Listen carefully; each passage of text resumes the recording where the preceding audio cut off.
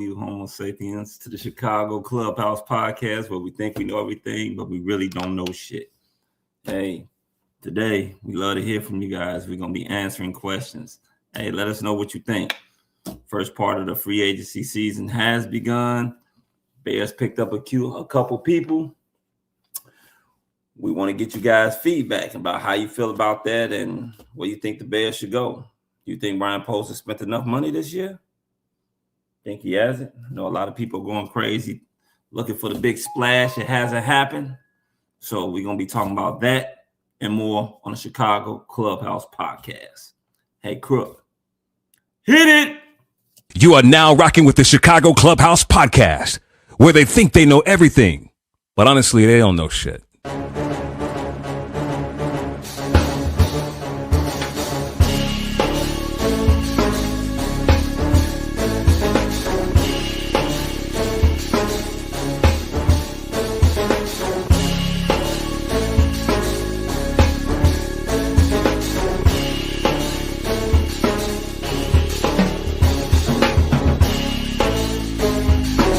These summer league games and they tell you about these new up-and-coming coaches. I think we should get rid of every motherfucking owner in Chicago. Enzo and Caruso, both when they are on the court, are like your defensive generals. But they need to get that strong safety who's not scared to hit somebody.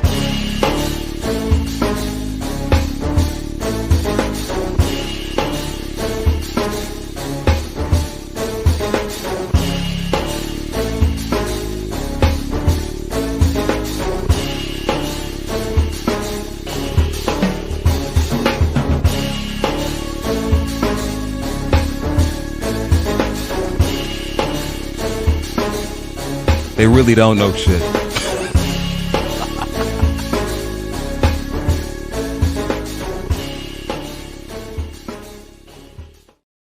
Hey, like my man Rick Party said, we really don't know shit. Welcome all to the Chicago Clubhouse podcast. Hey, as I said earlier, man, free agency has started. Bears made a few pickups. Some people don't like it. Some people do. You know, today we want to hear from you guys. What letter grade would you give the Bears? Would you give them A, B, C, D, F? You know, we want to hear from you guys. We're going to answer questions. Let us know what you're thinking about. Free agency is not over, but a lot of free agents, first of all, there's a lot of people that got overpaid. Okay, a lot of people that got overpaid.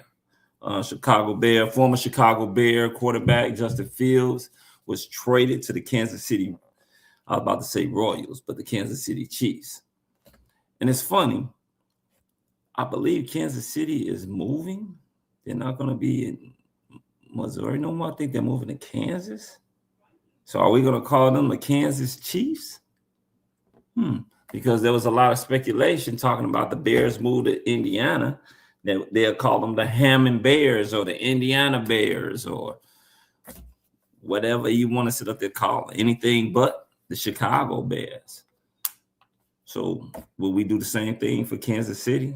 It's crazy about how a lot of these states and cities won't fund a lot of these, well, at least help some of these football teams, you know, build stadiums. Some of them old stadiums get outdated. Like books, cars, women, men. Hey, I'm just saying. So we're going to be talking about a lot of Bears things. The USA, they got a game against, I don't know who they playing tonight. This is baseball. I'm talking about Olympics here. A couple of Dominican Republic guys were upset about the game against the USA, felt that they got cheated out of it. And we also going to have a guest as well on today. He's going to talk with us, rap with us, give us his thoughts on the Chicago Bears and the moves that they made. Are we liking what Chef Pose is cooking right now? Some do, some don't. And then there's a couple people in the media whining. Sylvie, I'm just going to say it off of the Water on Sylvie show. He's been whining. I get it, he's a Bears fan, but quit whining. It's cool to give your opinion, but quit whining. All right. So, without further ado, let's go ahead and bring in the Dream Team. First up is my man that knows all the stats from the 80s, the 90s, and the 2000s. My boy, JB. What's going on, brother? What's going on? I see you rocking the Fields jersey today, huh? Hell yeah, I'm happy you finally go get some real coaching between Eric Bieniemy and Andy Reid.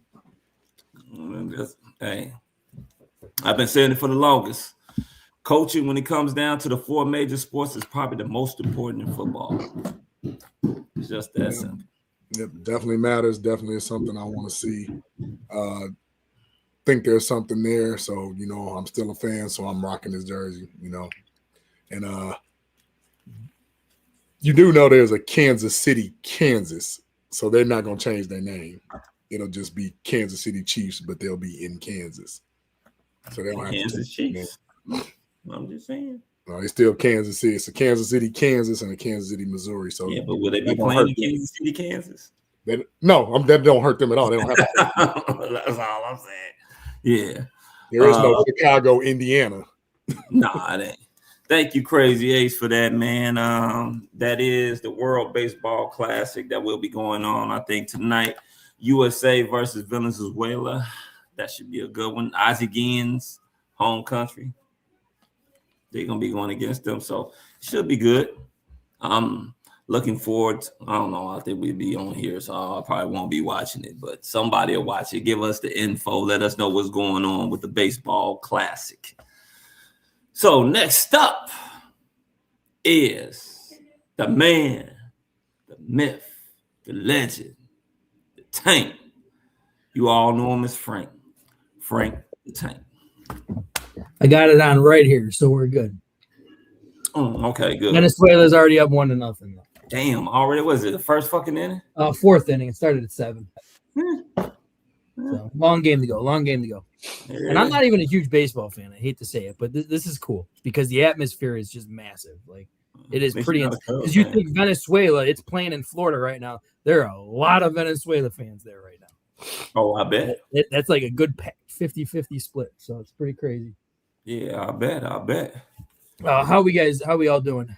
Hey man, we hanging in there tonight. We're gonna talk some of this free agency. I've been listening to a couple podcasts, a couple shows. You know, I was mainly talking about earlier Waldo and Sylvie, how Sylvie was just on there. I mean, the dude was whining. I said, come on, bro. Come on. I get it. They didn't make the big splash that you were looking for. And I mean, can you say they didn't? Because that safety is a big splash, in my opinion. That guy's a monster. I mean, I like the position. I like our linebacker, too, that we got. I like the linebacker that we got, but, you know, a lot of people. We wanted that DN. We wanted that pass rusher. Yeah, but why do you like Kobe Bryant? Yeah, Super Bowl, played multiple positions.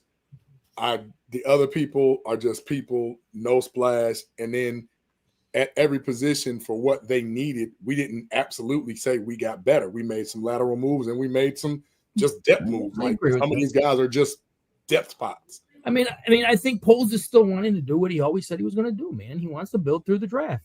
He doesn't want to make those. He doesn't want to trade all those draft picks. And I mean, hey, I trust what Poles and I trust what our freaking staff is doing.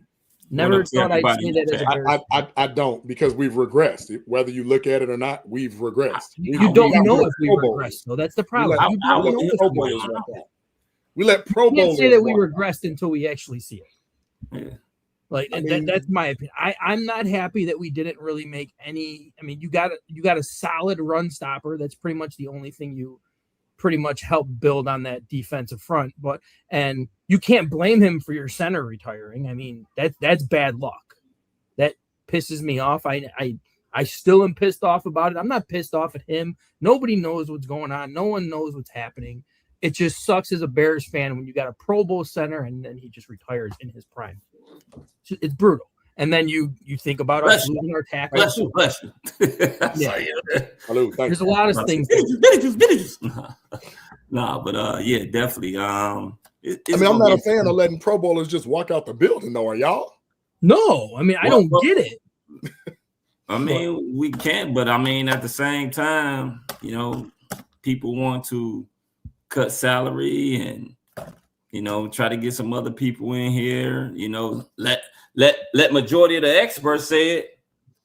Tremaine Edmonds overpaid, Montez Sweat overpaid, DJ Moore overpaid. You know, they talking about the people that we pretty much let go. They were making it seem like they were overpaid. And then when you come and think about it, the guys that were let go, the Kevin Byards and Jaquan Briskers and all these type of guys, they didn't really get paid. The Nashawn Wrights, you know, they didn't really get. Most of them got 1-year deals. That's what I don't understand. That's where JB's going with that. Like, right, we could have afforded if you're telling me right now that you could have kept Brisker for a prove-it year 1 year for $5.56 million, you're an idiot if you don't take that.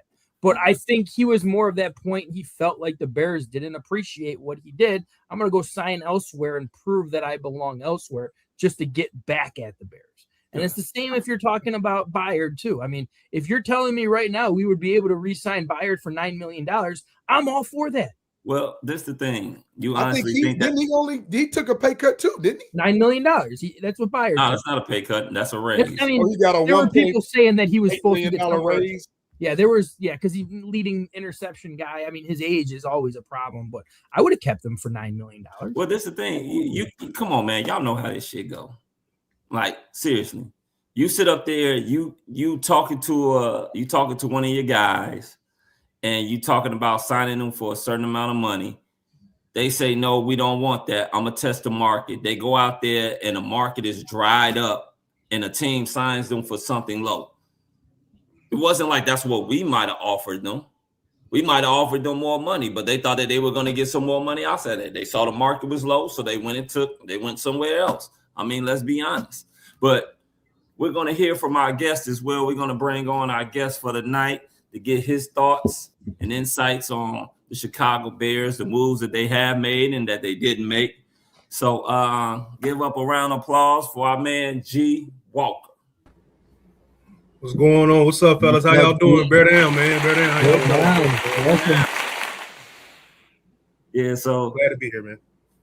One thing about the show, free to talk, curse. We ain't got no censor on here. You know what I'm saying? We keep it 100. We don't kiss ass, and you know, we don't go like hell. I don't give a damn if, like I said, I'm going to win back and forth with Warren Sapp on here. It don't matter. I heard that too. Right. It don't matter to us.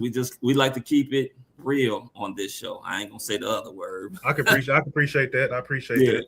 So tell me, what do you think so far as the Chicago Bears, like what they have done so far? Do you think that they should have kept a couple of those guys that we let go, or who you think? I mean, you got to think of. I mean, I don't think we should have kept them. And I mean, we were the 27th ranked defense. It's one thing that people want to talk about interceptions, man. It's like, you know, interceptions that to some point got to be overrated. You know, would you rather get a defense that's getting off the field on third down 85% of the time, or you want guys on your team that's getting cooked 85% of the time and coming away with interceptions? That doesn't necessarily mean you're going to score off of.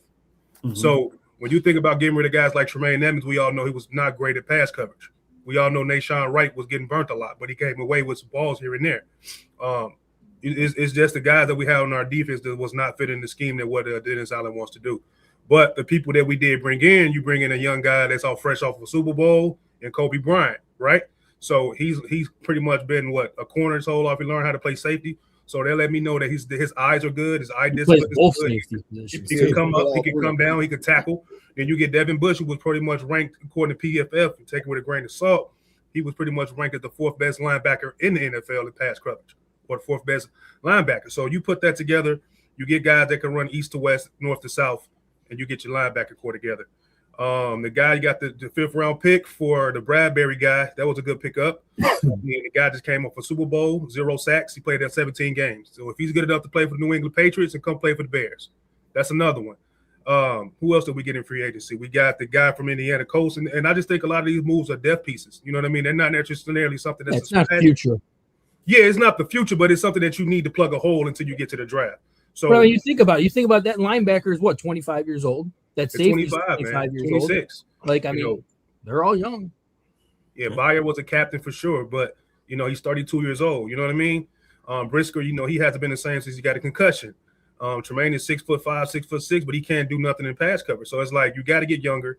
You got to get faster, and you got to get guys in here that can help your team tackle. Okay, so let me stop you there, G. Walker, because I'm really not familiar with you, but I am that guy. Okay. Right? So I give you Kobe Bryant. I do think that was a semi-aggressive signing for that position, considering we needed safety, but we didn't think we were going to go and get a $40 million safety. We didn't think that was in the cards, right? Yeah, for sure. However, yeah, we look at the opportunistic tendencies of this defense, of which that's a big reason why we were 11-6. We could have easily been 8-9 if it wasn't for a lot of those interceptions. So we have to look at the interceptions like, man, were they timely? Yes. Can you count on them year in and year out? No. But then you look at a Tremaine Edmonds and a TJ Edwards at the time when we got them and fouled. You can correct me on this if I'm wrong. Going into them, they were the number 1 and number 6 rated linebackers in coverage in the whole league. So these aren't players that just couldn't cover. It's because their coverages were kind of like, what do I have in front of me that allows me to just say, damn this, I'm going to go handle this. But now you're bringing in a guy that's 6 inches shorter, although probably a better tackler than Tremaine Edmonds, but doesn't have the range as a Tremaine Edmonds, and also had Mason Graham and Myles Garrett in front of him. Not the same here. So that comes into play first and foremost. Secondly, a lot of the interceptions were opportunistic because of the lack of pass rush. What you gonna do now? So now, we got a faster, smaller linebacker. We just lost the 2 guys that led the NFL in interceptions, and we replaced them with what? So how do you feel that these are like whole market improvements when actually I'm giving you a pass by saying they're lateral moves? Because these guys we brought in are not world beaters. Kobe Bryant might be the closest thing to a safety that we can say, oh, he's Mike Brown-esque, or he's a lot of the guys used to like, what's his name, foul back in the Mark Carrier, somebody like that did a lot of tackling and a lot of turnovers. I'm not looking at a Dennis Allen defense that just wreck shop on the tackling and pressure and sack side. I'm looking at Dennis Allen defense that got a lot of picks, which is not historically characteristics to a Dennis Allen defense. So no, I don't think we did a good job in addressing anything. We got some names, plugged some holes. We got some people that played as much ball as you and me and him and Foul and Tank combined. Right. Hell, I can go sit on the bench for $100,000 and not play. That ain't damn nothing. I'll fill up some water bottles. Shit. You know what I'm saying? Like, wait, what you need? You need one play for a special teams? I got you. I mean, the thing is this is one thing that we knew. We knew that coming into this offseason that the Chicago Bears had a lot of free agents, a lot of guys that were going to have to be replaced.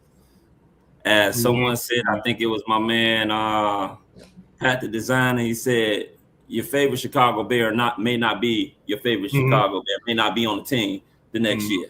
And in a lot of sense, in a lot of sense, that's exactly what happened. Do I like the Kobe Bryant sign? Absolutely. One thing that we said, one thing about this defense last year, and people, I don't know, they tend to miss it or forget that this defense was not healthy last year. That's another point. The Bears was one of the top teams in the NFL with starters missing the most games last year. That's offense and defense. I mean, hell, we played games without our top 4 cornerbacks and linebackers.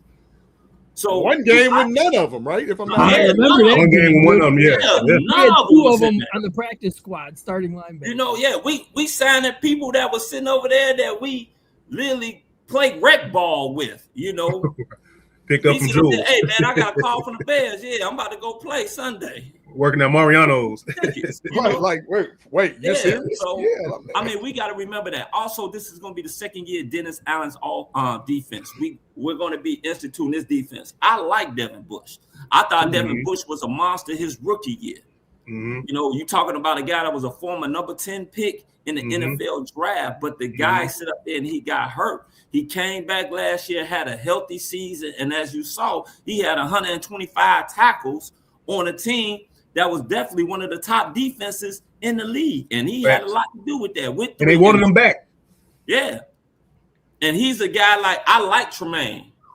Remember, me and you, JB, remember we used to talk about Tremaine Edmonds. I Well, wanted he was having Tremaine a Pro Edmonds Bowl over year Roquan this year until he Smith got hurt. because Tremaine Edmonds was that 6'5", ran just as fast as Roquan. But the one thing about Tremaine doesn't hit that hole aggressive enough. For him. You know, I like him, but he doesn't hit the hole aggressive. He ain't one of them guys that's gonna put his head down and knock you on your ass. Yeah, Devin Bush is gonna do that. He will. Bush is going to get sideline to sideline a lot. Yeah, and he's fast. There you go. He's quicker than Tremaine. Don't say that. Yeah, he's quicker.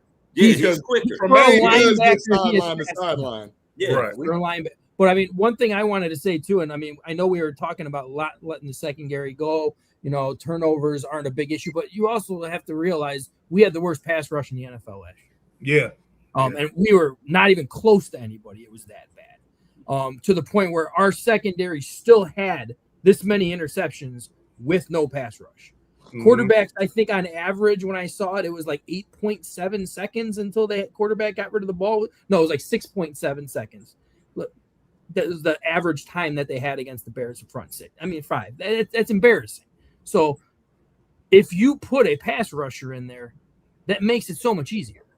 But I mean, I've backed off, you know, foul with the Crosby type situations and everything. When we lost our center, I was done with that. Like, because we're screwed at that point. But Frank, and I think somebody said it in the chat too. This offseason, we need a lot from Booker. We need a big improvement from Booker too. I like Booker. But Frank, for your point, what you just said though, that pass rush with Cameron Jordan and them boys down there, even Cal, if you want to go back to when the man you wanted, Trey Hendrickson, when they played for Dennis Allen, a lot of that defense was pressure and sack based. You can't get all you need out of a Dennis Allen attacking defense if you don't have that pressure. Agreed. And he had to blitz way too much, and then he started off not blitzing a lot. So we're not helping Dennis Allen's case. And then, I'm sorry, I'm not happy that I got Devin Bush, who's on his 4th team. I'm not happy that he had to go to Seattle and sit and didn't start and was just a player, and they were like, oh, get rid of him. I'm not happy that he didn't do much his first year in Cleveland, but then when he got behind Myles Garrett and got in the game because of another linebacker getting injured, he was forced to play. That's not the guy that I'm like, man, I got to have him. He's Urlacher-esque, Tremaine Edmonds-esque or whatever. To me, that's just another guy trying to fill a gap that we haven't filled since Brian Urlacher. This is not, like I said, this is not like, man, who came out like, we got Devin Bush, y'all. Some people like, who the hell is Devin Bush? I mean, if you don't know who Devin Bush is, I'm sorry, in my opinion, you don't know football. I'm sorry, but anytime Mike Tomlin can rate you high and then see you not that dude and got rid of you. You're not wrong on that. Wrong on that. He didn't. No, that wasn't the case. The case why they got rid of him was because of his injuries. He got injured his second year, foul. He played the next year. And he only played 14 his next year. He played a year after that. Remember, Devin Bush is not 23, 24 years old like y'all think. He's 27 going on 28 on his 4th team. He's 27 years. Yeah. He's not young. That's young, but I'm saying he's not like this kid that they didn't give a chance to. This is his 4th team. Yeah. I mean, is that wrong? So anytime a player is on multiple teams, you know, we should just go ahead and cross them out, because the thing is this right now, I expect him to be our top linebacker because TJ Edwards got old real fast. Tremaine is gone. He's going to be the guy that's going to be man in the middle. He's a run stopper. He's quick enough to cover guys on the outside and in passing routes. That's exactly what it is that we need. Yeah. It's not. I'm not looking for. I don't need a fancy ass name with a high ass. He's going to help Edwards. Salary. I don't need that. I don't even think Edwards, like by the time Edwards gets back, y'all, do we really think that position is going to be his? We already done lost Sewell again. We don't know what. I mean, right. We might as well I'm out on Sewell. You might as well put that in the expectation. Yeah, he out of here. I'm out on Sewell. We don't know what Ruben Hippolyte is yet. Right. He's got London Fletcher tendencies, but hell, is he London Fletcher? I don't know. Right. We don't see a lot, man. It's gonna be a lot. It's gonna be a battle in them training camps, man, for that linebacker. It's gonna be fun to watch. And what we do know coming from this organization, at least Ben Johnson, especially with the left tackle position, you're gonna earn it. He's not giving out positions, man. You're gonna earn it. So at least we can say when they really get down to training camp and all this stuff, we're gonna see guys actually earn their positions. So it's gonna be a dogfight. We're gonna see, man. Some positions are gonna be given because we don't have anybody else. Okay. You know, like I fully believe that the Dio, Dio. I still Dio feel that they're in the Dio. back like, yeah, we wish we hadn't have done that, really, but you can't say nothing. You got to pay him now. Yeah, you got to pay. You know, and they're like this with Austin Booker, like, please be good. Please be good. I mean, well, the thing is this also, you got to remember that the guy he's going to be coming off of that injury. And that is a serious injury that, like, you can tell a lot of guys don't come back with Achilles injuries like that. You know, it does limit your explosiveness a lot, you know, because you got to push off of that foot right there. So we got to remember that as well. When it comes down, like I was listening to Wilder and Sylvie. I'm sorry, I know I keep mentioning them, but I was listening to them today. I was hearing Sylvie talk about Javon Dexter. I told you from the get-go, when they drafted Javon Dexter, I liked him. Right. And I didn't mind them drafting him. Mm-hmm. But the thing is this, Javon Dexter is not a 3 technique because he doesn't get off the ball fast. He don't, not at all. Nope. You know what I'm saying? And you're still talking about a guy that's not explosive off the ball, but still gave your team 6 sacks. Mm-hmm. You know, if you move him over, because he lost a lot. The thing was, he lost a lot of weight. He lost a lot of fat and put on a lot of muscle and shit to try to sit up there and get that explosiveness back. Mm-hmm. But one thing that he did that made him so successful when he was in college at Florida was because he was a big guy. You talking about 6'6", a big, healthy guy. He was a run stopper. Mm-hmm. So that's what you do. You let him put his weight back on and you move him over to that 1 technique. And you sit up there and try to get you somebody that's more explosive off the ball at that 3 technique. That's what you do. Because tell you the truth, if you got a guy that's at the 1 technique that's getting you 6 sacks, oh, you fucking winning. Here we go again. Now, with that, how well did you scout this guy? Because he always was a read and react. He never was off the ball go. That's one of the things they said. His get off the ball was like there was a hesitation. Mm-hmm. He looks, ball hikes, he engages, moves. He's not Aaron Donald. He's not just shooting. But anytime on this team, your defensive tackle gave you 6 sacks and incrementally improved every year, I think he's got a place. He's still learning. 3 tech is not easy. Ain't that many Warren Sapps in them out there. So we're putting him like he should have given us 10, 12 sacks. Hell, if he gives us some of the production that a Tommy Harris gave us, I'd be happy. But you know what else they had? They had bookends. They had a true 1 technique that was a stopper. If you go back to when they had the 3-4 defense in Fangio, hell, Akeem Hicks and Khalil Mack were just world beaters. Yeah. We don't have that right now. And to the detriment of a Dio and Damo coming back, foul to your point, it's going to take time because of the significant nature of the injury, but he wasn't getting sacks anyway. Well, I mean, what did he play? Like 2 games? Yeah, no, I'm saying coming from Indianapolis. Oh, yeah. 2 sacks. I think they have gotten some pressure. They brought him in totally straight on potential. Eventually, you got to get home. You got to get home. Yeah. But I mean, the one thing, and I'm not dissing Dexter on this because I did like Dexter when we got him, but it's more of the fact a lot of the sacks this year were coverage sacks. Yeah. I mean, our secondary held them down a lot because you look at what did Montez Sweat finish with 12 sacks? 10. I don't think there was 1 sack. I think it was 10 on the nose, and it was the quietest 10 you ever. That right there, that is what I'm not going to allow you to do, because y'all sit up here and you talk a lot of shit about that man, and that man sit up there, Montez Sweat. Because I don't like how people. I don't think I ever talked. No. Montez Sweat did a lot. He did a fucking lot. Now, just because he ain't sit up there, because while you talking that shit, he played just as good as your boy Max Crosby did. Numbers are very fucking similar. No, they're not. Again, you're just basing it off of stats and numbers. Everybody got high off of Max Crosby off of a goddamn game against us. Max Crosby had 1 game against us that was better than every single game combined that Montez Sweat gave us last year. No, it wasn't. 1 game. That might be a bar, man. That might be a bar. And I'm not dissing Montez Sweat. I've never dissed Montez Sweat. But I'm going to say Montez Sweat is not living up to $100 million contract. Why isn't he not? He's not the highest paid defensive end in football. He was when we signed him, but no, he's not now. He wasn't then. He was high paid. He wasn't the highest. I said the highest paid. Yeah, he was like and even when we signed him, he had 12 and a half sacks that year. Remember, the thing about it is when you sign a defensive end, you want your defensive end to at least get you 10 sacks a season. Agreed. At least. Agreed. He's only not accomplished that one damn year, and that was the previous year before this one. Huh? Name me one of those sacks that was a meaningful sack. One of those sacks that was a meaningful sack? Actually, the sack that he got against Malik Willis, because I had just seen it. That was not a meaningful sack. What the fuck do you mean? They were driving down the fucking field, and he sacked them to end the fucking game so we can go to overtime. Ding, ding. 15 seconds left in the game. They were on 15. Hey, tell me this. How long did it take? How long did it take Caleb Williams to throw a ball to fucking Colston Loveland down the goddamn field against the fucking Bengals? And got him within field goal range. Okay. That's against this secondary that was so fucking beat up. So quit, don't tell me that all he had to do was get him in field goal range, Frank.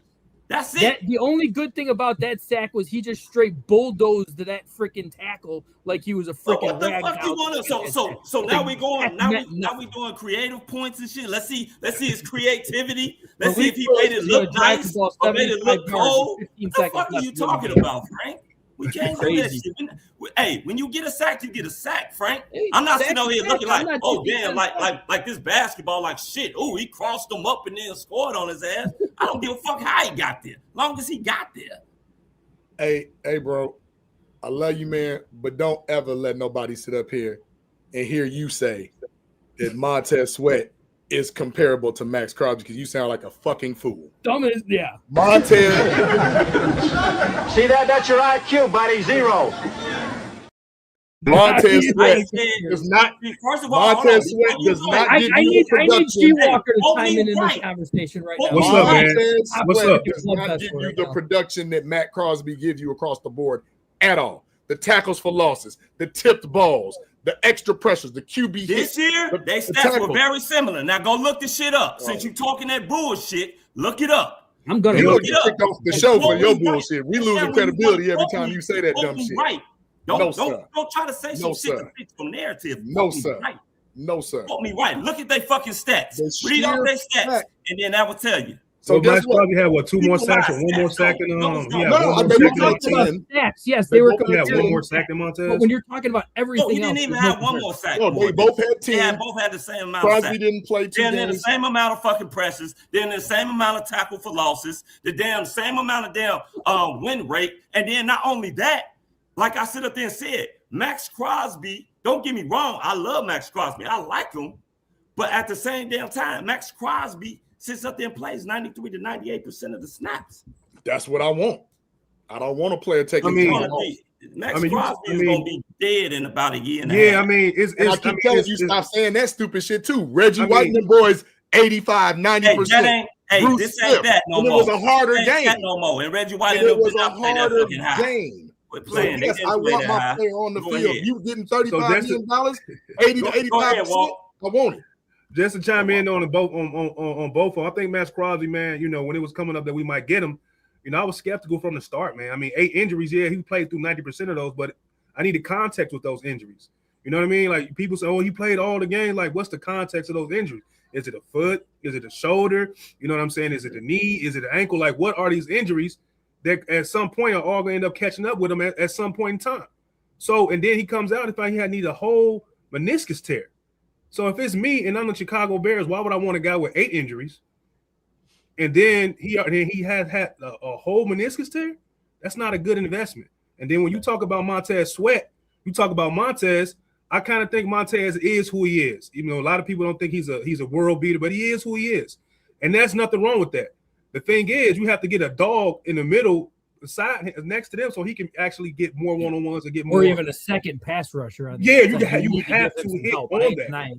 You have to hit on that. And the more and more we see Montez out there without a legit front four, he's going to continue to look mid to some people. You know what I mean? That's just my 2 cents. And I'm not saying 10 sacks is mid. 10 sacks is double digits. But for the team that we have going into next year, a 10-sack Montez Sweat with all these other holes ain't going to cut it, bro. It's not going to cut it. No, I agree with that. Now, that I agree with. Unacceptable. Now, that I agree with. We got to hit on the draft. You got to hit. You need to pair him with somebody. You got to hit on the draft, bro. I'm not giving up. Just like y'all wanted to sit up here and give up the fucking house for this guy. Fucking y'all wanted to give up two fucking first rounders for this guy. That was 8 injuries, bro. All them injuries end up snowballing in the future, bro. 8 injuries and you playing through all of them? Nah, bro. Nah, they like the name. See, that's the thing. I want the effect. I want the pure the guy. It's not about hold on. So you kind of helping our narrative because if you're that great with 8 injuries, I'll take it because the guy that has no injuries can't hold your jockstrap. So give me the 8 injuries. What are you talking about? He played hurt last year. I mean, not last year, but the year before that. I did not once sit up there and say that Montez Sweat was just as good as Max Crosby. Didn't say that. But see, you'll say that to fit your narrative. Like I said, last year, the numbers were very comparable. Yeah. Very comparable. And then don't forget about this, G-Walk. Yeah. One guy was on a team that was 11-6 with high aspirations and hopes and had the number 1 turnover defense. The other guy had Frank, Foul, me, you, the grocery store attendant, a couple of old ladies pushing carts. He didn't just have that last year. He's had that his whole career. On that freaking crap, man. Yeah, it's scary though, man. If I'm the GM, man, if it's up to me, working in a high-level place like that, I don't know if I could pull a trigger on a guy with eventually it's gonna snowball, bro. Eventually they're gonna start catching up to him, and that's something to. And you put that in a 30-year-old man, I don't know. I think they made the right decision by not giving up them first 2-round picks, bro. Hey, G Walker, tell me this. Yeah. What makes that so much different than people sitting up there saying, that they shouldn't trade or go in like that on a damn running back that got a lot of mileage on him? What makes it different? I mean, it's really no difference. To me, it doesn't make any. Yeah, it doesn't make any difference. As much as you like the name and much as you like Max Crosby and he playing through the injuries, what is that really going to come to your team? How is he going to look on your team? And then and say this. Let me say this. And say we did get Max. Now imagine he started getting hurt. You know what people are going to do? They're going to complain about it. No matter what's going on with him, as far as we're going to know the history of the injury. Yeah, but no matter how hurt he is, people don't expect this expectation for him to play at a high level, despite us knowing the information that we got already on. You'd hate to hear that stuff, but I mean, at the same time, Khalil Mack kept getting hurt after the first year too when we got him. Yeah. You were going for the guy. Khalil Mack, I don't think really had a history of injuries though before he came. No, he didn't. But and I understand that when it's worried about that type of stuff, but I just don't want, and we are going into the offseason pretty much with our same front four, or same back. So you get Khalil Mack no injuries, and you want to bring a guy in with 8 nagging injuries, and you're going to pay him, and you're going to give him and they older. Yeah, I think I'm out on that. But the thing is, with Crosby, you can always look at the stats for Crosby. You're always going to look at sacks and all of that type stuff, and he's never really been the top guy ever in his career. But he's always been for the last 5 years straight. I know I always say this. For the last 5 years straight, he's always been top 5 in sacks, always been top 5 in tackles for losses, always been top 5 in quarterback pressures, always been top 5 in run defense, and always been top 5 in pass deflections. That is an all-around fucking monster. That's a beast. Yeah, but is he worth 2 first-round picks and a player? He had no worth that. Is he worth that? At the same time, he is. No, at the same time, there was a guy who we wanted, who wanted to come here, who we never got to get, by the name of J.J. Watt. J.J. Watt, I don't never remember that, but I think I heard. He said he would love to play in Chicago. Freaking give him a percentage of their revenue if he came to Chicago. That's what I'm saying. When that guy is available, I remember that. You remember that. Another dude, 7, 8, 9, 10, 12 surgeries. But you know what? Regardless of him being hurt, you're going to get that Max Crosby production. Yeah. And for the next 2 to 3 years before you got to pay Caleb $80 million, you telling me, man, like my man Sean McVay and the Rams said, man, fuck them first-round picks. And you know what? They won Super Bowls. They got shit going on. You know what? We don't have Super Bowls and shit going on. They won. We ain't got nothing. We got Super Bowls. We won one. I said they won 1 Super Bowl doing that. 1. They didn't win multiple. And they have 1 Super Bowl. You know how hard it is to win Super Bowls, bro. What are you talking about? Who got 2 Super Bowls? The Rams have won 2 Super Bowls. Rams just won. Not when they made that move, they didn't. They won 1 when they made that move. Sir. We live in a world where the Carolina Panthers have been to 2 Super Bowls and so have the Bears. Cut it out, man. Cut it out. And you willing to give away the farm for Max Crosby, huh? 2 picks ain't the farm. Out of here. You know what? What are you talking about? It is. Because check this out. If you set up there and do that, how are you going to bring in anybody young? Max Crosby ain't getting older. He ain't going to reverse. This ain't Benjamin Button. For sure. Yeah. But you're talking about 2 first-round draft picks. But to top it all off, though, both of those first-round draft picks. Again, you got to. But see, they're going to be low first-round picks anyway. Because you sit up there, you talking about. Also, you had to pay the man $35 million a year. Who cares? What you who cares? The quarterback is coming up. Your right goddamn tackle. His expensive is coming up. You gotta pay to win, bro. See, that's what pisses me off about you. You're cheap. You're cheap as fuck. You have to pay people. You have to pay the top people to win. If you notice, but you don't want to sit up there and pay a guy 35. The reason why the Bears, it doesn't make sense. Hold on, I'm talking to D-Walk. Let me ask you this. Would you rather emulate a team that pays and reshuffles and restructures all the time and kicks the can, but wins and gets to the Super Bowl like the Kansas City Chiefs, or is always in the mix like the Ravens? Or do you want to keep doing this bear shit when next year we might mess around and be 8-9 again? Because it's looking that goddamn way. I would have to go with what you said. I mean, as far as like you got to reshuffle the deck, man. I just think when you reshuffling the deck, you got to be careful of who you bringing in, and you got to think about the context of who the Chiefs bringing in on D. How long have they had Chris Jones? How long has he been there? He's been there a long time, and he's been a long time. So they got a guy that they can build their defense around that hasn't been pretty much got hurt, right? So, yeah, but you know what we do? Guess what? And guess what else they did? We get that guy, but we get guys. One of them. Guess what else they did? Because they couldn't get guys because they couldn't fucking afford them. Yeah. Guess what they did? They drafted well, right?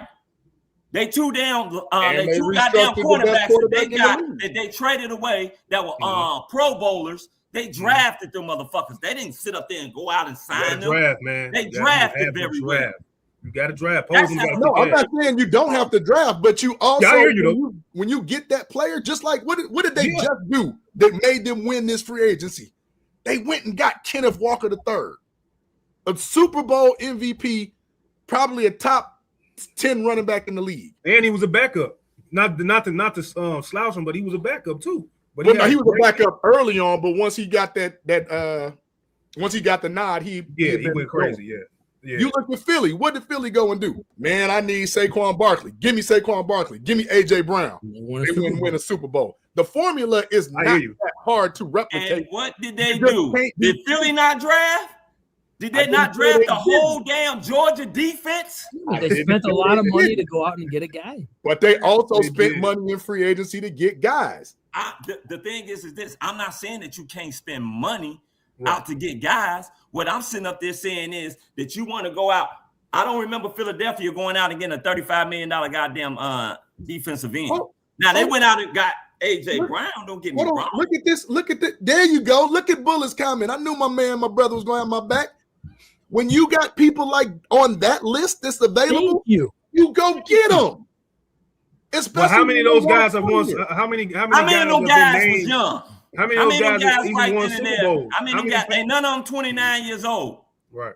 Like I asked you guys before, tell me when was the last time that you seen a 29-year-old defensive end get moved for fucking 2 first-round picks in a player? You act like 29 is so ancient. I'm not. The thing is this. It's not old, but the thing is this. Guess what? It's closer to old than it is young. And he's ready to win now, and so are we. So go get how many edge rushers have won Super Bowls? You bring up Gary. How many has he won? Max Crosby, how many has he won? You know, you can name all these guys that's generational. None of them won. Yeah, none of them won. If you put them on a defense in Seattle with a front four, won a Super Bowl. With a crazy front four, they won a Super Bowl. You know what I mean? And I think this is not about them being 29. What I'm sitting up there saying is this: you can still be productive. I said, how many people are trading at 29 years old, giving up that much for a 29-year-old defensive end? That's the damn question. Not sitting up there saying that they're not productive. Right. But who's giving that up? Michael Parsons was 26. They moved him for 2 first-round picks. When Khalil Mack came in, he was 26, 27 years old, 2 first-round picks. When you're sitting up there talking about moving a lot for these guys, they're usually young guys. They're not 29 years old. 30 years old. They're closer to old than they are young. That's we don't have a Parsons. We don't have a Parsons or Max Khalil Crosby Mack was in free 26. agency right now. I'm down with it. Right, 25, You don't have a 26, Parsons or Khalil Mack in free agency right now. So wait, so here's my thing, because you keep saying 29 and technically the brother's still 28. So we talking about 1 year. We got Mack at 27. We get Crosby at 28. You talking about 1 year, bro. Crosby will be 29, bro. When he ain't 29 yet. Next month. He ain't 29 yet. So when we will be 29 next month. 28. Cut the crap. He will be 29 when he plays. Crosby can still be very effective for us. Cut the crap, man. You'd be a horrible GM. I'm glad you won't hear that. Rubbing on a damn Lucky Rabbit's foot, he will be. No, sir. But I'm not giving up 2 first-round damn picks for him and a damn player. You ain't giving up nothing. That's why the Bears have been in the situation they've been in my whole life. They don't do shit. I sit up there and say I didn't mind getting Max Crosby. It's the value of getting Max Crosby. I'm not going to be dumb enough to sit up there and right. Hold on. First round picks in a player for fucking Max Crosby. Put that on and watch the contradiction in 3, 2, 1. Here go the contradiction. Read it, Fal. I would do more than 2 first round. Hey, gotta give a shout out. That's my little brother, by the way. No, well, see, that's the thing. We talking about a different fucking beast.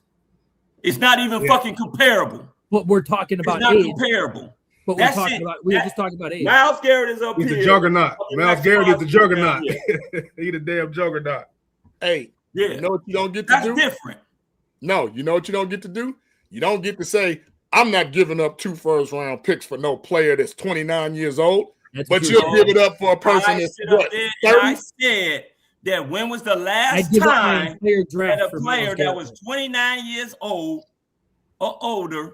Hey, G-Walk, we got to deal with, man. That got moved for goddamn. Y'all cooking. Hey, y'all cooking, man. I ain't gonna lie. All y'all going crazy, man. I'm enjoying it. He's suffering from foot and mouth disease, man, because he just gave us no credibility. Stuck his foot damn in his mouth. Let me ask, brother, brother. And that's what I'm talking about. But your model right now for the Bears, because of what's looming in the future, is to win now. Paying somebody and I'll even take Trey Hendrickson, who got 30. He just got 30. Let's just say hypothetically. He's 31. Let's just say hypothetically. Hold on. Let's just say hypothetically they did trade all that for Max Crosby. Y'all still be on here bitching because guess what? They ain't got no money to support nobody else. Well, now they don't have money yet. No, they wouldn't have then. They still got to pay them $35 They still have not restructured one contract. Yes, they can. You want to know why? Because they're thinking about the damn money that you got to kick down later on down the road. I am not against not now, but I mean, this is the thing. I wanted to ask you this question. He just had that medical fail, which I still think is bullshit. Well, we knew he was going to fail the medical. That was stupid. Everybody knew he was going to fail the medical. Right. So I think that was just them backing out. But at the same time, what would you give up for him now? Give up for him now? Say if we had the money. I know we don't have the money right now. Can we possibly get it? Yes, we possibly can get it. I'll probably. What would you give up for him? I'll like probably maybe one first round? Probably like 2 seconds and maybe some later round picks. Maybe day 3 picks. Oh, we ain't getting them. Shit. First. Man. I'll give him a first and second. You can take your first. I mean, the reason why I say that is because Baltimore basically shut down his fucking value anyway. They fucking did him a disservice. Definitely did. They did him a disservice. That's why I said that's what we've been on this topic way too long. Let's talk about something else. We can talk about something else. Let's talk about we got the draft coming up. We obviously aren't trading those picks because Fowler ain't gonna fucking allow us to. But what are we drafting at 1? Wow. In that first round. Another defensive tackle that we don't need. Huh? Words are out of a lot of mock drafts right now. We are taking a safety at 25. And that's even worse. Yeah, that's worse. And that shit gonna change about 5,000 damn times. Every single week it changes to something different. I mean, it's gonna change. Come next week, we're gonna be taking a damn DN, and then the week after that, we're gonna be taking a left tackle. I will say this about the draft, man. Everybody I will say this. We need the same energy that Ben Johnson came in here and brought on the offensive side of the ball, bro. We got 5 blue chippers, man. You got Caleb who blue chip. You got Rome is healthy. I think he's blue chip. You got Luther. If he's healthy, Rome is a blue chip, man. Be healthy. Okay, cool. I got Rome. I got Colson, who's blue chip. Luka is the blue chip-ish. You got who else I'm missing? You got a few guys. I give you Luther. Luther's definitely blue chip. Luther's blue got 4, so they're gonna have to do the best they can, bro, to flip this defense in this draft, man. You're gonna have to flip it and get the same type of energy on the draft. You got 25, 57, 60, right? So 25 is what to me, as much as people didn't want to do it. I said that was a left tackle, bro. When Ozzie went down, that scared the hell out of me personally. That scared the hell out of me. So that messed up my whole little mock draft. But I'm gonna go with D tackle at 25. I think we need the interior guy because you got Billings who's gone. You got to replace that.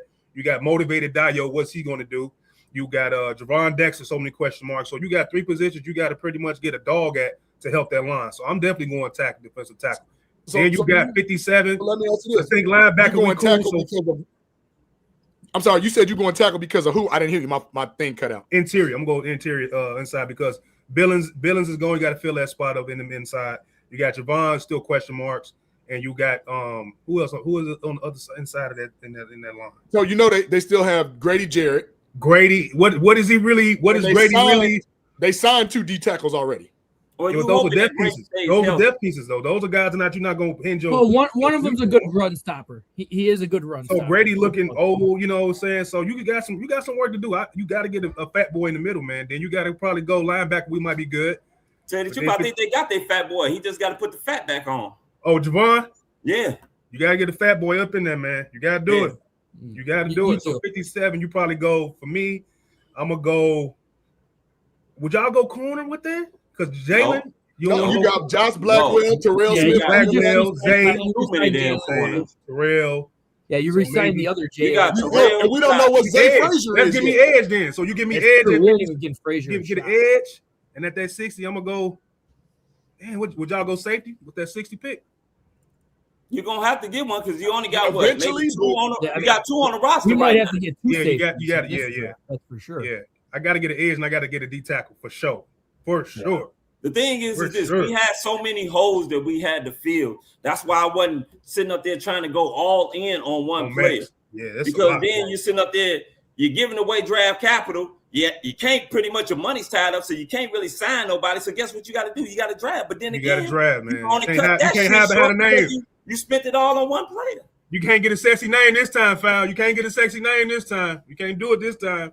You got to build in the draft. You got to do it. Yeah, you got to build. You got to get your own Max Crosby, man. You got to get your own. No, I'm not denying that. Aaron Donald. They got to smash this draft. This is the thing. This the one that's going to either flip us. I love when y'all talk like this. Super Bowl, man. If he flip it and do right, and he flip it and they do right, him and Dennis Allen, bro, they're gonna open up that Super Bowl window all the way because it's peeping open right now with the offense. We can see it for now a little bit. Boy, they kill this draft right now. Let me ask you this. Yes, sir. What has Ryan Poles done defensively drafting on the line that gives you cause to think he's gonna get this right? Absolutely nothing, bro. Absolutely nothing. And that's the thing that he's been here. It's the trenches, bro. Like if we look at how the offensive line was built, he was calling for people, but guess what? People were hanging up on old Poles trying to come up here. Yeah, and who was that on the phone? Hey, it's Ryan Poles. Who the coach? Eberflus. Who the quarterback? Hang it up. Oh, who on the phone now? Oh, that's Ben Johnson. We got Kayla. Oh, y'all come on through. I got Ben over here. Hey, he coming. But that defensive side of the ball, bro. Let me ask you this, Walker. Yes, sir. Do you think if the Chicago Bears still had Matt Eberflus as their head coach, with Luther Burden and Coach Lovely and all them look as good as they did now? Hell no. What do we? Hell no. And that's why I told people the key to this shit is fucking coaching. When you get a good enough coach, it be players on there that you think ain't good. Well, all of a sudden, now they look good. I mean, you think about Nashawn Wright was a fucking journeyman. He got with Al Harris, who stood with the Chicago Bears. Still here. And sit up there, all of a sudden became a fucking Pro Bowler. Led the NFL in takeaways. He did. Now, he ain't get signed for shit. Right. He was bad as far as coverage-wise. Some of the time he was there and just couldn't make a play on the damn ball. Where are you going with this? Yeah, but you're right, JB. Who we got I'm on just defense, saying, what I'm going with it is a lot of this has to do with coaching. So do I think Ryan Poles can get it? Yeah, sure. I do think that he can get it. You want to know why? Because I think they got the fucking coaching in place to do it. The Bears have not spent a first-round pick or a top 50 pick on the defensive lineman since fucking Leonard Floyd in 2016. You're proving my point. They don't never get it right. So the thing is, this is not even about getting it right. The thing is this. You talking about, you got to, first of all, you got to sit up there and draft the guy. Not sit up there saying, oh, yeah, well, he hasn't gotten it right. No, you got to draft the guy in one of those top 50 picks or top 60 picks. Man, and they got 3 in the top 60, right, bro. They got, yeah. This the one, man. I think he can do it. I think, like you said, I think he got the right coach that'll help him, though. I think Dennis the right guy because look how fast he moved. Okay, but then I think he can get it right. Gotta get a Dennis Allen prototypical DN, which are usually taller and heavier, not smaller and lighter. Leonard Floyd wouldn't fit in this offense, man. He'd get kicked to the side. Yeah. You got to get a wild dude. You got to get a grown man. You got to get a man. You got to get a grown man. I'm a man. I'm 40. No, that wasn't. That shit always kills me when I see this. That is not a Ryan Poles fucking draft pick. That's who they had. Yes, you have to go in there because the GM and the coaches are like this. They lock and step. Hey, DA, who you need? Who you need to get? Hey, right. Ben, who you need? Right. Who you want me to go and get? Because that's my job as the GM. Right. To sit up here and listen to you guys and try to get you guys the guys that you need. Yep. So if DA, they like, hey, DA, we need a DM. Who you think is the guy? Hey, I need this motherfucker right here. Right. Go get his ass. By the time the man he needs, unless they plan on trading up, which should be between Keldrick, Falk, or Peter Woods, they're gonna be gone, man. We don't know that. This is the thing. If you're planning on if you're planning on staying at 25, there is a big DN that might be. There's a lot of guys still, and he's out of the game this season. Yeah, I mean, well, I don't want no more Gator projects right now. Because JB, because who would be like you got Bear fan? We got to start thinking about big boy number one guy gonna be gone. So who's the second best? Well, that's why I said all the draft, like who the second one or something like that. I'm glad you said that. So obviously, like I stated before, I like the size of Peter Woods. I love the size of Keldrick. Keldrick Falk, right? Okay. If not, Romella. I don't know how much Big 12, football y'all watch and everything like that. But it's a kid out Missouri. SEC football. Zion Woods. Zion Young. Zion Young. He's okay. He just 6'6", 4'6", 40. 4'7", 40. He kind of fit that mold, right? But again, we talking about is he gonna be there? Because when it comes down to it, if what is his name? Dude from Alabama to be pushing 2 people into the stands and running touchdowns. Proctor, the offensive tackle. So if it come down to 25 and that edge rusher we want ain't there, I'm taking Caden Proctor.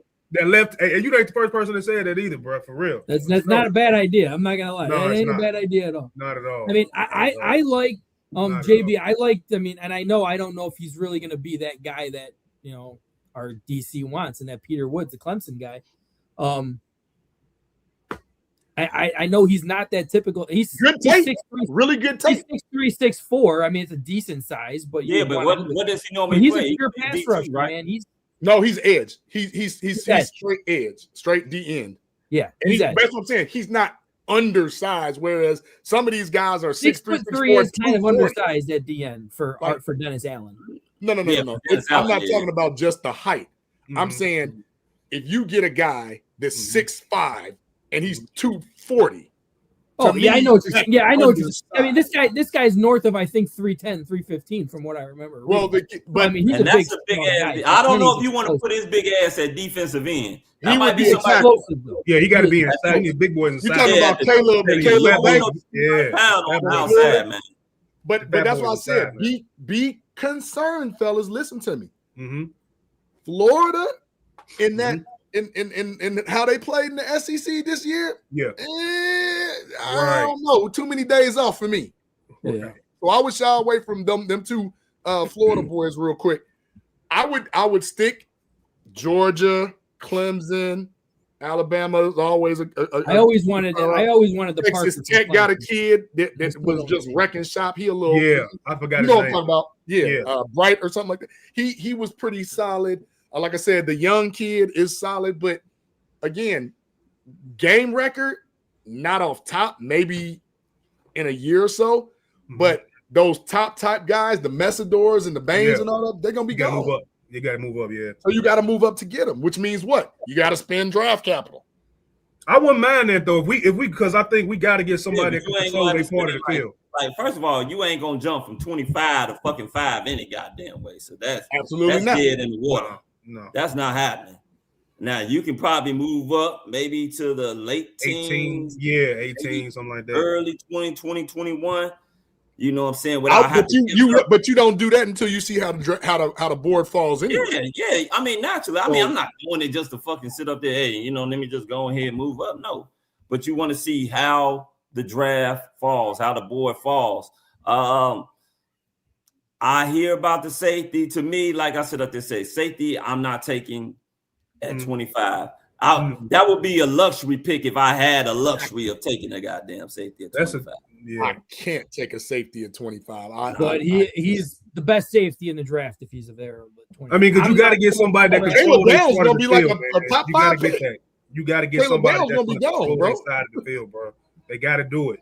You got to get that inside or edge that's going to control it. Because you can't be messing around. You deplete it. You got to get something that's going to control. You need a D lineman. Yeah, you need that so they can. Man, bro, it's deep. This draft is. This the one. It is deep for a lot. This draft has a lot of second round. Yeah, they got 57 and 60. You can easily get a 25 and still go get another really good one in the 4th or 5th round. They could possibly develop. Like there's a lot of good pass rushers in this draft. I can't wait to see it. I think so. Let me ask you guys this right now. I'm gonna ask you individually. Frank, do you think Ryan Poles can do it? Do you think he can have a draft similar to what he had last year on the offensive side? Yes, I think he can. And I think he will, because what we were all saying too, coaching makes a huge difference. When you have a coach in his ear telling him these things too, especially a very knowledgeable one, I think he can. When you have a dumbass like Eberflus, no. What you got, G? I'm gonna say this, man. I believe in him, but you gotta look at the recent transactions. Shamar Turner, him and Dennis Allen hurt. Dayo Abango, you paid him all that money. Shamar play, you know what I'm saying? Zay Frazier, he had things going on. He didn't play. So when you're thinking about all the defensive players that we brought in recently and in recent history, I'm a little skeptical, man. I'm a little nervous. Well, the thing is, like you actually just brought up Shamar Turner too. It's about guys getting hurt as well. You said Shamar Turner. That's a guy that got hurt. That ain't another D tackle. That guy is a monster. That's not a guy. That's not a guy that sit up there like you like. Oh man, he looked like shit. Nah, that's a guy that got hurt. I'm saying, but it's too many people doing the same thing. If it's coming down to your scouting department, to your point about picking, you saying they're scouting the same type of player. Yeah, that too. Like they all getting hurt, and if you look on the offensive side of the ball, Costa got hurt. You can't control injuries, bro. That's gonna happen. Yeah, I mean these guys weren't injury prone. I'm just drafting the guy because you know what I'm saying. Now, if you draft a guy that has a history of fucking injuries, Kevin White, in college, I can get that. But if you sit up here drafting the guy and he gets hurt, shit, that ain't on you. That's just fucking guys bad. Hurt, you drafting guys hurt, like it's we've done that before. I mean, we have done it. We have done that a lot because of that. These guys wasn't the Yale guy, Yamanamagaji guy, or whatever the hell his name is. Kyron Amagaji, we just did. I think they can do it though. I think they can do it. I think they're gonna get it right, man. I think it's a deep draft. You got to say it's a deep draft with the defensive talent. Dennis Allen, he's aggressive, going to get who we want. I'm with it, man. I just believe in his coaching staff. I believe Ryan Poles has more help than he's ever had before.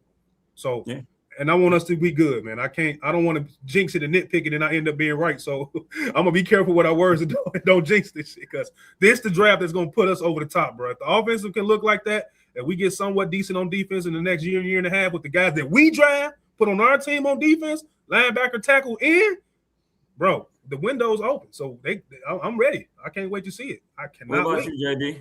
What you think? As presently constructed, I would have felt better if he had got a proven name, because I don't have that type of faith with him on the D line in the draft. He can draft corners, kind of, sort of. And I guess he can. I guess he can't draft linebackers because Sewell and them other. But I don't like it. The thing is this: I can't judge a guy if he sits up there if he's drafting the guy that's in the fucking 5th and 7th round because they're exactly what you sit up there and you expect them to do. They're either special teams guys or depth guys. It ain't like he drafted a motherfucker in the 1st round and sit up there and say, "Oh yeah." Yeah. Now you missed on him in the 1st round. Let me push on that because we've been pretty good in the later rounds. We've been better in the later round. It's the 1, 2, and 3 where we ain't been shit. Yeah, man. 25, 50, and 60. Name me a linebacker that drafted in the 1st, 2nd, or 3rd round. That he's drafted. But I'm saying the Noah Sewell, like Noah Sewell was like what, the 5th round, 6th round? Yeah. But sometimes you can find a Max Crosby in the 4th round. Mm-hmm. You can find a George Kittle when we were screaming for a tight end in the 5th round. Mm-hmm.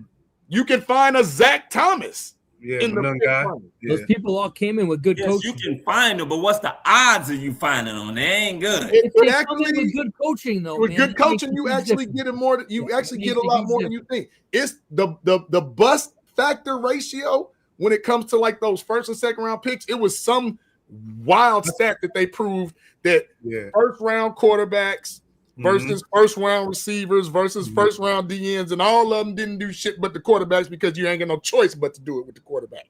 So it's a skewed metric. All the Devontae Adams and the top wide receivers after Randy Moss and Calvin Johnson. Well, not Calvin Johnson because Calvin Johnson didn't win the Super Bowl either. But it's the 2nd round and 3rd and 4th round people that are moving the needle and becoming the best. So if you take that guy, don't try to be the smartest guy in the room. Take the position that you need the most when it's available. Right. Agreed. Don't do the starters, bro. Then take the D tackle. So if it's not D tackle and your guy not there and it's left tackle, take the left tackle. Like do the obvious stuff for a change. I agree. That's all I want Poles to do. Do the obvious stuff. So he hasn't been doing the obvious? In my opinion, no, because we ain't addressed it. Address what? Devin Booker is not Devin. Austin Booker, if I'm not mistaken, 5th round pick. He's looking good. I have a lot about the Dominic Robinsons converted quarterback to running back to linebacker to DN. We talking about the Kevin Hardys, and I'm like, well, it's not the Kevin Hardy that was in Jacksonville that was a stud. Who the hell is this Hardy?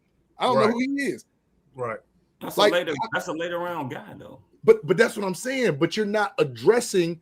You're addressing some of the most positions I got in the later rounds instead of early. Like Braxton Jones. We got you. We get him in the 7th. What? Like he was your starting end or tackle for a while. When was Braxton Jones taken? He was like 6th or 7th. Round. Oh, he might have been 5th actually. That was the same year as Jaquan Brisker and Kyler Gordon, right? Possibly. Yeah, he didn't have a 1st round pick. He was in the 5th round. Hey, he was in the 5th. No, actually, what he set up there and he did was he took because I think we only had fucking 4 picks because Ryan Pace fucked us so damn bad. He traded some stuff and got some picks. He traded and got us about fucking 7 to 8 picks. But at this point, I don't know who the best 2nd round. Yeah, you are right. Tackle was that was picked. That was Kyler round for Braxton Jones. We drafted Velus Jones with the 3rd round. Let's not forget that. There we go. I knew it was something crazy. I knew it was something. We could, whatever the best tackle was in the 3rd round would have been a lot better than damn Velvet freaking Jones. Running back, wide receiver, punt, return, kick, return. Who got a Super Bowl, by the way? Ain't that a bit? Hey, show you what happened when you talk shit. Okay, so we're going to dive it into the draft. I want to talk about the division. Oh, Monungai was a 7th round pick. I do like Kyle Monungai. All Ben. Yeah, he's a Chicago Bear running. Yeah, that really ain't Pose. That's more. That ain't nothing. That was all Ben. Absolutely all Ben. Well, hell, we don't need Pose then. Let the 2 coaches do all. I'm not mad at that, dude. I mean, and this is the thing. Let Pose do his thing, but Ben Johnson's in one ear and Dennis Allen's in the other. Well, I mean, but the thing about it is that's with every fucking GM and coach. Agreed. A GM is not just going to go out there and, hey, I'm going to draft this motherfucker and then you're going to do something with him. That's how you end up getting your ass fired or don't be successful. You got to listen. Said it best. If I'm going to cook the meal, at least let me buy the groceries. It is so many GMs that got egos. It's now, I like this guy. You take him and you fix him. Well, and that's why a lot of their asses is fired every goddamn year. And they keep popping up, getting other jobs or other symmetry. Well, that's nepotism, man. You know how this shit go. That ain't nothing unusual. I want to talk about the division. From the moves that we going to see Minnesota do, Detroit do, and Green Bay do. At all. What are you guys thinking as far as how you think so far what the division may turn out? Like, what are your guys' thoughts on Kyler Murray going to Minnesota? I say watch out. You got to draft. Like, you have to draft to get people on your team to stop him with his speed, bro. You got to containment is everything. Just like we played against the Detroit, and you got St. Brown, and Jamie and all them dudes running past us. Now we got a quarterback that's mobile like our quarterback. You got to get guys with speed to stop them guys, bro. So he's going to be a problem, especially with what is it, McConnell up there? What's his name? That's going to be a thing. That's a thing, man. That people are going to have to watch. Thing. What about you, Frank? I'm gonna go to you all individual and tell me what you think about the Kyler Murray to Minnesota. I mean, and the division. I think it's a smart move. You're getting him a coach who knows a lot of offense. It's gonna make him better. Am I worried about it? I'm not really that much worried about it. Because if you literally contain him and keep him in a box, that's the hardest thing to do. Though, is you have to contain him and keep him in a box. He ain't gonna be effective. He's already proved that throughout most of his NFL career that he's not effective if you keep him in a box. So it's easy to game plan, but he is shifty. I mean, there's no question. You can call some good plays, and if you have a good offensive-minded coach, that could be a scary relationship. See, go ahead, Walt. Like we said before, I think Kyler and McConnell up there is going to be dangerous. I think that it's not necessarily got to be worried about them. It's what your team want to do to put the guys in place to stop him. You know what I mean? I want them bleeding to stop. I want him looking around, can't get away. And he just throw one of them stupid Jordan Love passes, back foot ass pass for an interception. So I'm a little concerned about them a little bit, but I'm just more focused on the team getting the guys in to stop them. I don't think he's going to be that much of a problem, but no, I just think we're going to do what we need to get the guys in there to stop him. But the Green Bay Packers, man, with Jordan Love being here 6 years, never won a division, he is who he is. I'm not really concerned about them. They lost some guys on defense. Quay and all them guys are gone. So Rashawn Gary's gone, so they're going to be weaker this year. So I'm not really worried about nobody knows if Parsons coming back either. Yeah, Michael Parsons coming back, but I think we got the offensive line to block him. I think we got the tight ends to block him, chip him, to play scheme and get the ball out of Caleb's hands, and Caleb being the wizard and the magician getting himself out of trouble. So it's a lot of things to get Michael Parsons away from our quarterback. I'm not concerned about him. The team I'm concerned about, who we have not beat yet since Ben Johnson been here, is the Detroit Lions, bro. Them dudes is still a thorn in the side, bro. It is what it is. It seems like it's big brother versus little brother. That's the last thing I think we got to get over on the hump, man. We got to beat them guys. We got to beat them. And I think that's a growth thing for me as far as my team going forward. You got to beat the bully. You know what I mean? You got to beat your nemesis. Once I see us really handle the Lions, I think we'll grow as a team. But we got to do it. Then I know we just legit in the division. We got to knock the big guys off. Go ahead, JB. Who won the division last year? The Chicago Bears. Who won the inner division? Oh, I don't give a shit about the interdivision record. No, I do, because I care about if you won the division. I care, and I'll tell you why I care. They were 4-2 and won they really won the interdivision battle. They were 4-2. Yeah. They also were 9-8 with JJ Stank-ass McCarthy and whoever, Brendan Mullins and the Milkman. Mm-hmm. So you bringing in a guy, a talent like Kyler Murray with KOC coaching them up. Mm-hmm. If they was 9-8, and mind you, JJ McCarthy beat our ass. Mm-hmm. They were 9-8 with shit. Then you bring in somebody who's a little bit better than shit. Because remember, when they got Sam Darnold, oh, Minnesota's stupid. They ain't going to do nothing. Oh, how'd that work out? So you better be concerned. That is an absolute different style quarterback. Yeah, you got it. It's about KOC. Mm-hmm. More so than it is. Sam Darnold was a great offensive mind. Man, he was about to be out of football. Yep. Don't forget that. So you better be concerned about Kyler Murray. Yes, sir. You better be concerned about Justin Jefferson and them boys feeling that somebody can get them the ball finally. He hasn't been able to get any receivers the ball. What the fuck are you talking about? This is what I'm Kyler Murray can. Kyler Murray was a former Pro Bowl. He took the Cardinals to the playoffs. He was solid in his first couple of years, and then he just fell off the face of the earth. He still had good receivers. Well, no, he had a terrible team. He had nothing. Yeah. But let me tell you this. This does make me nervous with them getting Kyler Murray because for the simple better fact, than JJ. I'll give him that. Kyler Murray is a playmaker. Kyler Murray for his career, and you can shit on him all you want, Frank. Completes 67% of his passes. Yes, he does. How much of that was when the game was on the line? Frank, it doesn't matter. He's completing 67% of his passes. You can knock them all you want. Dude, the guy spends more time playing Call of Duty than he does freaking watching film. Frank, he doesn't give a shit. Guess what? And Sam Darnold looked like fucking straight trash until he got over there. Yeah, you're not denying that. Once you got his fucking Kyler Murray. There's Kyler Murray up here and fucking Sam Darnold down here. That's how different their damn careers are up until that point till they got to Minnesota.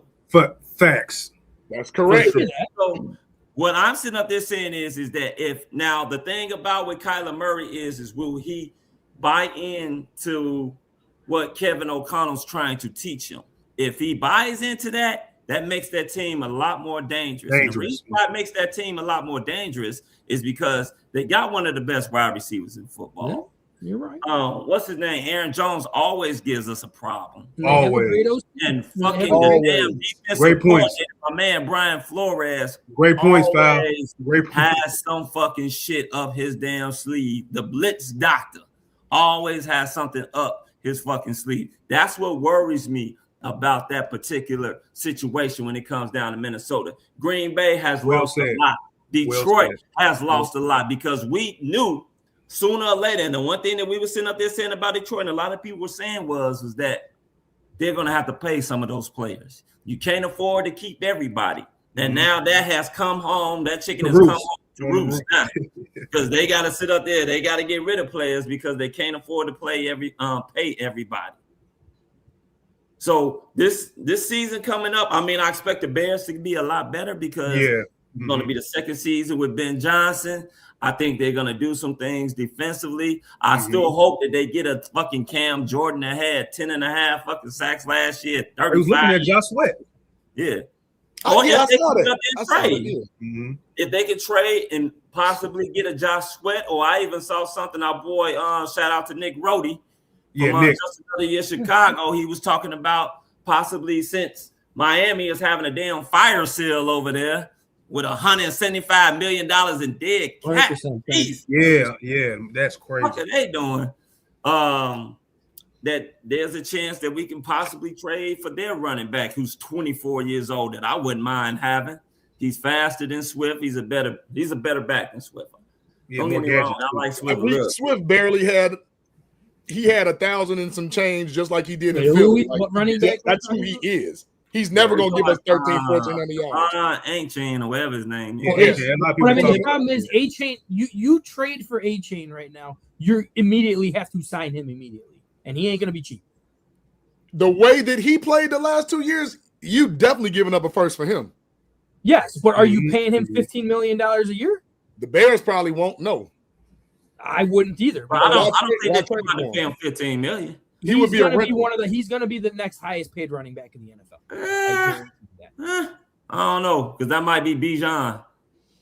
Bijan's. I don't think Bijan's up for a payday yet, but he is going. He's next year. Yes, he is. I'm just saying. Was this his third year? He will be next year. They'll try to do the little that third year they get paid. You special. You did third year. You getting a deal. Extension. But I mean, you're going to have to pay him if you're going to get him. You don't have to break the bank for a running back. So I got a question that came up in the chat. Benjamin Williams, 18, says Kyler Murray can't make the throws Caleb Williams can. Shit, ain't too many people that can. He can do it. Yes, he can. Some of the throws, but maybe you can pull up a Kyler Murray highlight tape and see some of the magic he pulls out his head. But Kyler Murray, when you're trying to compare Kyler Murray to Caleb Williams, Kyler Murray, if you keep him in a pocket, he struggles. He has done that his entire NFL career. His big plays is when he leaves the pocket. And who does that sound like, Frank? Not Caleb Williams this year. No, that sounds like Caleb Williams, man. It was not Caleb Williams this year. Frank, let me tell you Williams something. is phenomenal. 58% completion percentage. That absolutely is him rolling out, throwing the damn ball away. Man, Caleb Williams had an hour. He had an hour-long highlight, and he was in that pocket the whole damn hour. That blew my mind. If y'all seen that highlight reel of Caleb about an hour, he in the pocket. Not saying he's not mobile, but them throws was in. I was he like, wants I was really to impressed with stay in the pocket, and of course, every quarterback wants to stay in the pocket. But what I'm saying is, don't knock one quarterback when our own quarterback does the same shit. But the difference is one quarterback is 6 years into the NFL career. The other one just finished his second year. Yes, and but you also got to his third play caller. But you also got to remember this too, Frank. That 6-year quarterback, he's completing 67% of his pass. He's not doing all that rolling out and staying out of the pocket. He's getting rid of the ball in the league that rolls out and completes 67% of their damn passes on the damn run. There's not a quarterback that does that. He's complete. Yes, look it up because I'm looking at it right now. His lowest completion percentage was 64 his rookie year. His rookie year. Yeah. This guy, he's not the bomb that. First of all, one thing that you got to do is you got to sit up there and pay attention. Don't listen to all these commentators. I don't listen to any of that shit. I watch him. That try to make it seem like a guy is a bum, like he's an ass quarterback. He's not an ass quarterback. He's actually a good quarterback. He just needs to sit up there. He's playing with a shitty organization. He did have a shitty organization. I ain't going to deny that one bit. And his best coach they got rid of his third year, which was Cliff Kingsbury. Yeah.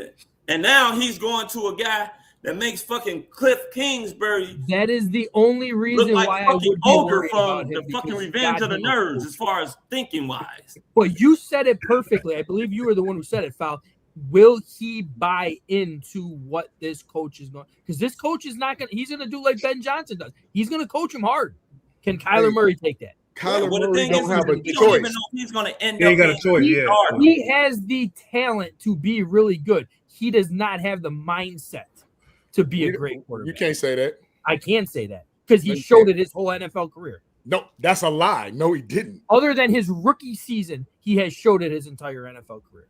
He's been a 2-time Pro Bowler as well and Rookie of the Year. That would be 3 years, sir. He is the only quarterback who is a Pro Bowler in the first half of the season, then a bottom 3 quarterback in the second half of the season. Because he got hurt. He got hurt twice, and then they got rid of Cliff Kingsbury and brought somebody in there who was malfired because he didn't know what he was doing. Did he tear his ACL too? Oh, sir. Listen to me. There was something where Cliff Kingsbury left, and Kyler Murray was like, this dude don't know what he's talking about. I'm going to play video games. For that, he was wrong. But when he had an actual coach that knew what he was doing, Kyler Murray was a gamer. He was better. He was a gamer. He was striving to be a very good quarterback. And I'll give you, when you lost the coach, he fell apart. But, I mean, that doesn't really show leadership to me. I would have rather be asking for a freaking trade if that's going to be the case. And he just got his wish. He's in Minnesota about to give us. He asked for the trade. They wanted to get him the hell out of Arizona. And he, just as much as they wanted him gone, trust me, he wanted to leave. Who wouldn't?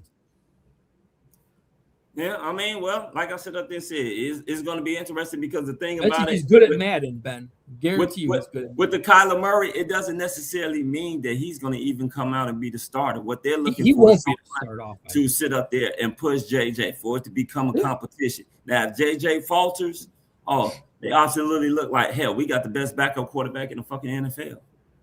Hey, by far. Val, I'm gonna give you just a slight push on that. I don't think you go get Kyler Murray if you're fully vested in JJ McCarthy. I think you might go get another quarterback. This was a signing too. This wasn't a trade. Yeah, this Kyler already getting paid. They didn't have to pay him a veteran. They only paid him like $1.3 million. They didn't have to give him USA lost. Yeah. But that's what I'm saying. USA just hit a 2-run homer to tie the game in the 8th inning. You don't go get that type of backup. Crook just fucking shit all over you on that one, Foul. And I believe shit all over you. USA just hit a 2-run homer in the bottom of the 8th to tie the game. The USA loses the win. I don't know. That's what he said. That's what right now in the 8th inning. I see Chi-rish in the background laughing his ass off. Like I said, the thing was this: Kyler Murray is insurance just in case JJ doesn't be the guy that they want to be. Then he gonna have the shortest leash of any starting young quarterback. I mean, that I totally agree with. I had no qualms with that at all. That's what I'm sitting up there saying. I don't think they brought in him to push JJ. If JJ falters by any means, Kyler will be in there. I think they brought him in to say, hey, Justin Jefferson has spoke, TJ Hawkinson has spoke, KOC has spoke. And remember, JJ played so poorly that they fired their GM. They got rid of him. They did. Well, I still don't understand why. Didn't they trade up to get JJ though? Yeah, people make mistakes, brother.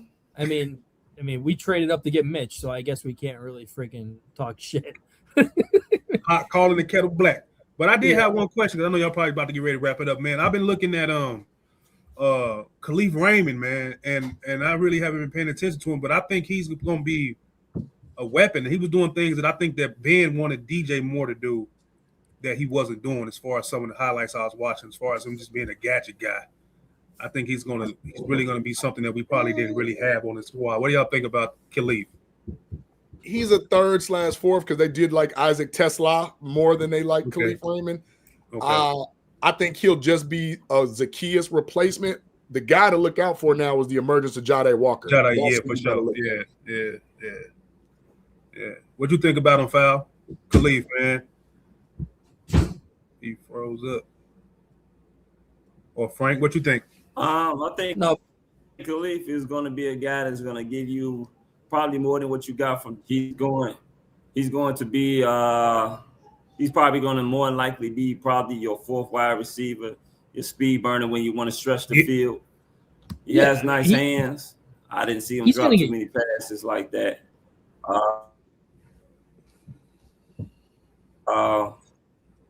He's a burner. He's probably the fastest wide receiver that we got right now. Oh, hands down. Hands down. So I'm looking forward to see what he's got. He's also probably our oldest wide receiver too. He's up there in age. He's still effective, and I know Ben Johnson really likes him as well.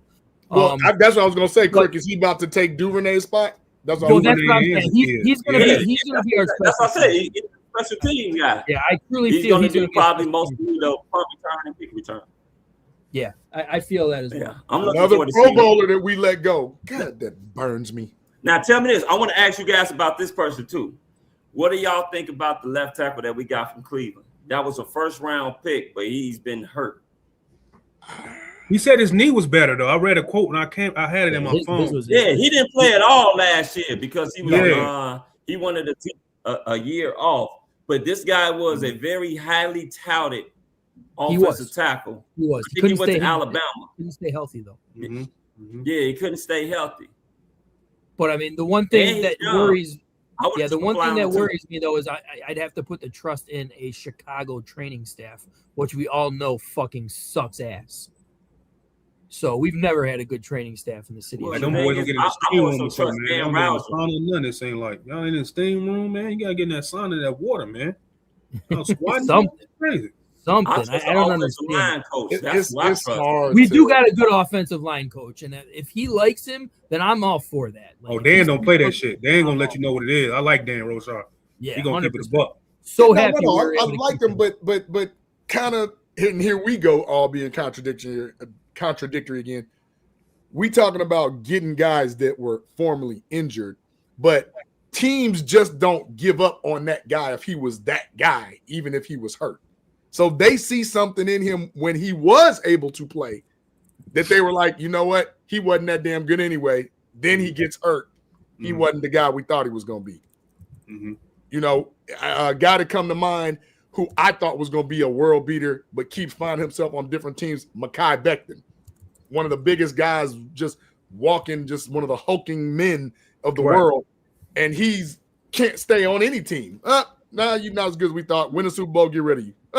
1st-round pick of the Jets who need everything. No, we just going to get rid of you. Like, that kind of gives me pause. So is this just another guy, or is he grasping at straws trying to pick people? Is he telling you, we don't have any faith in Ozzie coming back this year because of patella tear is one of the hardest ones? Is he telling you, Well, Braxton Jones, we only signed him for 1 year. Yeah, because you know he's gonna play. Right. What is Kyron Amagaji gonna do? Ain't heard his name At all. So then we bring in this guy. So what is it? A carousel of who's better this week? I don't necessarily say that it's a carousel. I think what you're doing is that you realize that you got good coaching, and sometimes guys need a change of scenery and a different damn coach to bring out the shit in them. Because we got a lot of players around in the league. Do you remember what pick he was and what year fell? I have forgot. Huh? He was like a top 10 pick. He was I believe he was a top 10 pick. He was top 10. I think he was top 10 pick year. What year? I want to say probably what 2022 or some shit like that. So more recent than that. Okay. Yeah. Mm-hmm. Because I was wondering if it was that draft. Because remember, Cleveland had that draft back to years, and then they had Joe Bentonio and all them boys. And they had the best line in football, but couldn't win the game. I was wondering what 2020. He was 2020. He was drafted 10 overall. So he was part of that with Joel and him. 2020 drafted 10. Okay. Yeah. University of Alabama, big dude. He had a lot of promise, but hey, you sit up there sometimes. Hey, we gotta look at the organization he came from too. Come on, let's be honest. That plays. Hey, that's why I said like I need to know everything. Yeah, you gotta look at the organization he came from. Hey, I ain't the biggest Cleveland Brown fan, but I do know they ain't been that damn good, especially at developing players. The best player they probably developed is Myles Garrett, and shit, he was a freak of an athlete anyway. They probably didn't even develop him. But who was the that's the only team that got more starting quarterbacks than we had, right? Probably so. All right, so let me ask you guys this question too, because I know G, you probably got to go in a little bit. I wanted to ask you guys, with the departure of DJ Moore, who I always thought was the best number one wide receiver anyway. He's the one with the most experience, probably has some of the best hands, decent route runner, great after the catch, clutch player when it comes down to catches, clutch. 100%. Who do you guys got now that you think will be the Bears' number one wideout? Who do you think they want to be the number one wideout? Who do you think is going to be totally a two-part question? I'll let you go ahead, Frank. All right, that's a good one right there because they want it to be Rome Odunze. There's no question that that's what they want to be, but Luther Burden's going to be that number one. Luther Burden is just that perfect receiver who's going to get you those yak yards. He's going to get you that deep ball threat, that jump ball threat. He actually catches with his freaking hands and not his body, and he's a monster blocker. I mean, Luther will be the number one. I think they're planning on Rome being the number one going into training camp, but that ain't going to stick. Unless he just has an unbelievable offseason and fixes everything. G? Oh, man. You know who I think is going to be? I think it should be, if everything is on the up and up, man, it got to be Rome. But everything is always up on the up and up. Sometimes things change. And Luther Burden came in here and showed us right away that he was ready. We got to give Rome some grace. You know, before he got hurt, he was leading the NFL in touchdowns. You know what I mean? He hurt his foot, things of that nature. So we got some answers for that though too. He was also leading it in the most thrown ball. Like he was. Yeah, I mean, they were trying to go the route to get the ball, and that's fine. But I hope it's wrong for a lot of reasons, man. You draft a guy 9th overall as a wide receiver, he got to be somewhat generational to me, personally. Yeah. I know a lot of people want to get him on, missing passes, missing catches, and every wide receiver is going to do that. But I just think that he has a little bit more as far as a weapon to me. His body, he's big, he's fast, he's a good route runner, he can get separation. I just think it's him. So I'm gonna go with Rome for now, man. But it can get real loud if he doesn't perform, and then it's gonna look crazy that a guy that was 39th overall, everything on the up and up, and they competing, and he looking better. It's gonna get real loud during the season. It's gonna get real loud, man. But I'm hoping it's Rome, man. What about you, JB? I'm being that guy again. It better be a healthy combination of Luther and Colston Loveland. That's what it better be. Loveland, he's a tight end, so I'm not putting him. He's gonna be the number one catcher. That's gonna be the number one. So if you just want to say wide receiver, yeah. In my opinion, hey, Rome can hit the back of the bus, man. He not that. You sound like somebody else I know. but I'm just telling you, in Washington, as great as he was, Look at how many big games he drops catches. The national championship drops a touchdown, drops another 40-yard bomb. The dude is not sure-handed. I was never a fan of him. I've always been Fowl was a Malik Neighbors I was a Malik Neighbors guy as well. I was a Marvin Harrison Jr. fan. None of us cared about Rome Odunze. Caleb force feeds him, which actually hurts Caleb's completion percentage and turning the ball over on downs when you don't need to. Great point, People bro. wide open and it's roll to the right. When you roll into the right, roam. We sick of that sidearm shit that dives in the dirt. Everybody's getting used to it. Now he's throwing the ball away and we getting up out of there. We punting. Yes, sir. Rome Odunze right now, I'm not calling him a bum, but he's not number one material. Rome is a very good route runner. I'm saying that right now. He is very good at getting separation as well. But I'll say he's a good route runner. I won't give him. He is a very good route runner. I don't see it. I'm not putting him in the top class of route runners, but he is a very good best route runner we have on the team. He's like a B when it comes to route running. He's not an A. I give him at least. No, I give him B plus. He is a good route runner. The thing about it is, when it comes to, if I say receivers, I will go with Luther Burden because Luther to me is more explosive. He's damn sure better after the catch. He shows that he can sit up there and he can literally catch the ball with his hands. He's not the route runner that Rome Odunze is. He doesn't have the height that Rome Odunze is. As you guys know, as JB mentioned earlier, I was a Malik Neighbors guy. I saw Malik Neighbors. I said, that motherfucker, that's him. That's him. Everybody was talking about Marvin Harris, he's generational. I said, man, have y'all seen this motherfucker Malik Neighbors? I mean, running the 4.3, he jumps higher than Marvin does, and Marvin's Venezuela just took the lead right back. Huh? Venezuela just took the lead right back. Damn. 3-2 in the ninth. Them motherfuckers come out the cooch with the goddamn bat and ball, man. They don't surprise. Shit.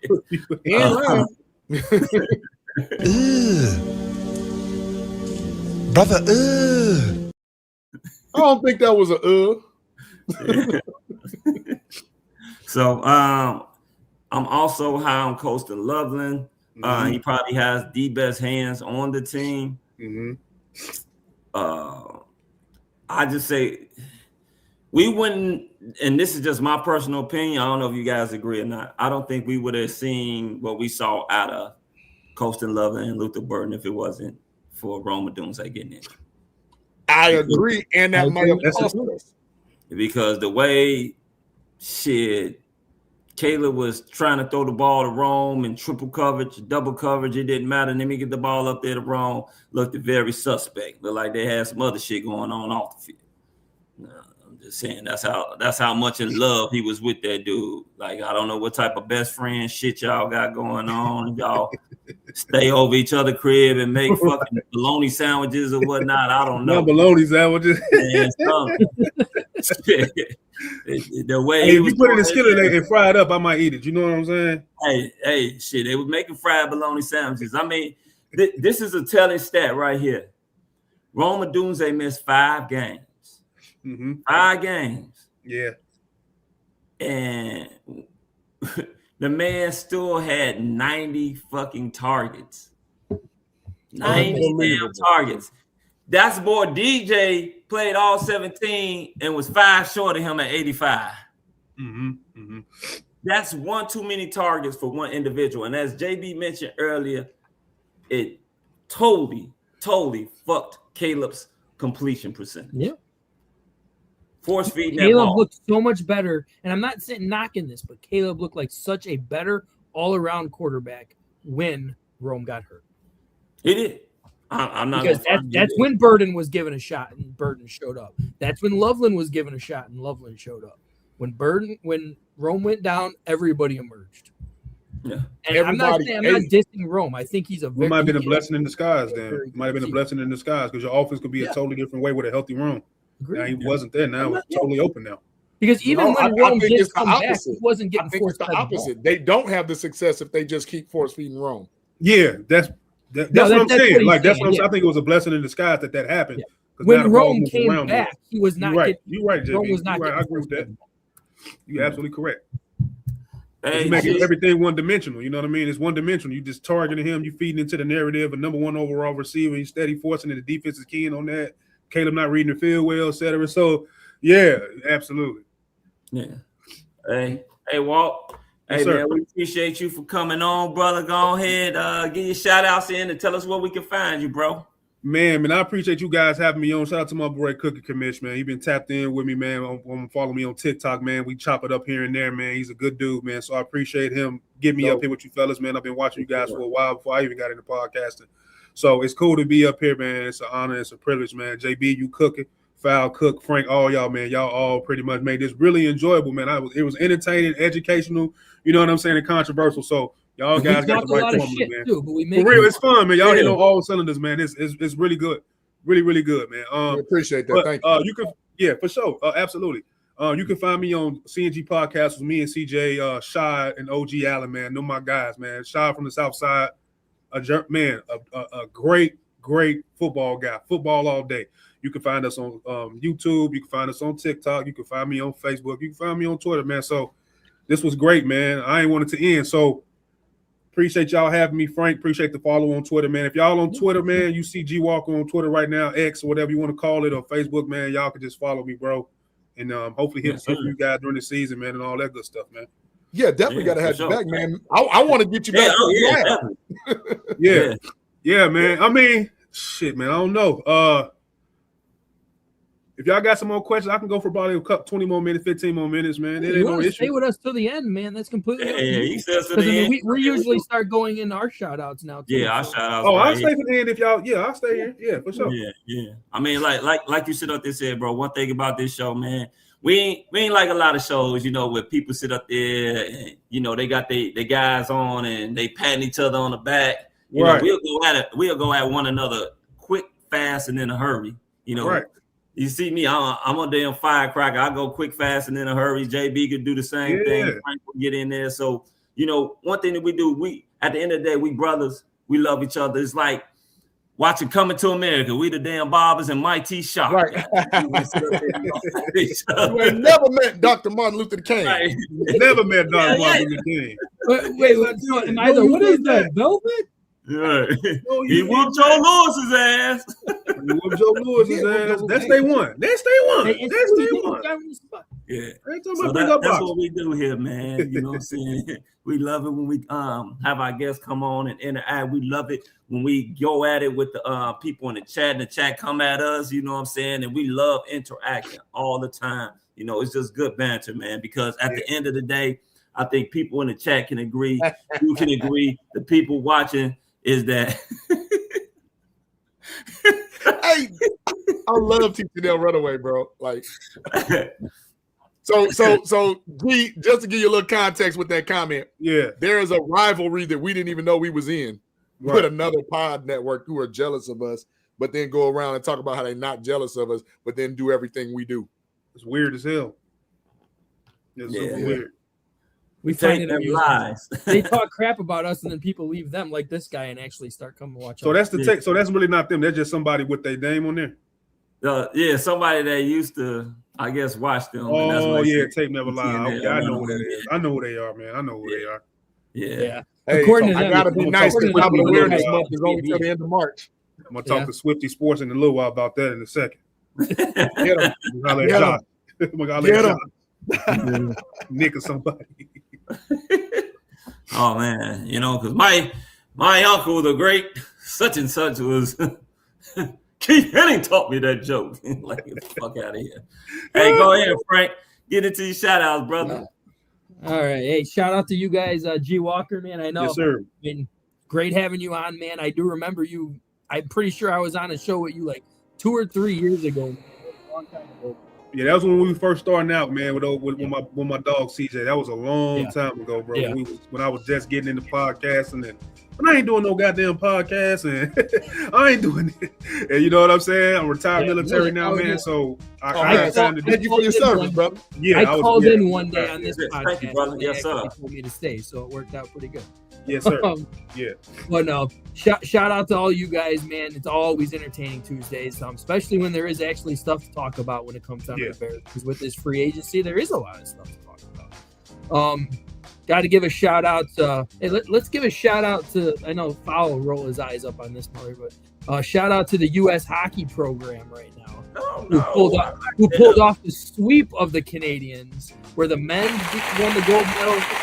The men won the gold medal versus Canada. The women won the gold medal versus Canada, and now the Paralympics just won the gold medal against Canada. Well, how about a slap in the face to Canadian hockey this year, man? That's absolutely. Hey, did Jerry get his teeth fixed? You know he was missing a few. I don't know if he did yet. He's actually really enjoying it. I know there is a petition going out right now that they want him to replace his tooth with a gold tooth to kind of show that I just won the gold medal by losing this tooth. And I was just like, I don't know if he's going to be doing that. I don't know if he can pull that off. But hey, shout out to the hockey program. Hey, shout out to USA Baseball. They're not looking good right now. It's still 3-2, but hopefully they can pull out a ninth inning win. But other than that, man, shout out to you guys. I know we did just put in the notice that we're all going to get together up at Soldier Field for the draft party thing, so that'll be entertaining. Try to do like a live show from the stands or something there. But other than that, man, I got nothing else. JB.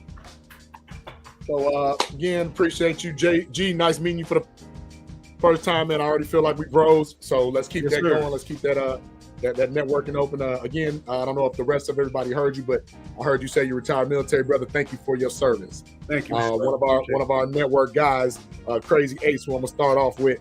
He also is salute to service. He's out there keeping our borders in Korea. Shout out to your podcast, CNG, and your colleagues. So, thank you. Absolutely.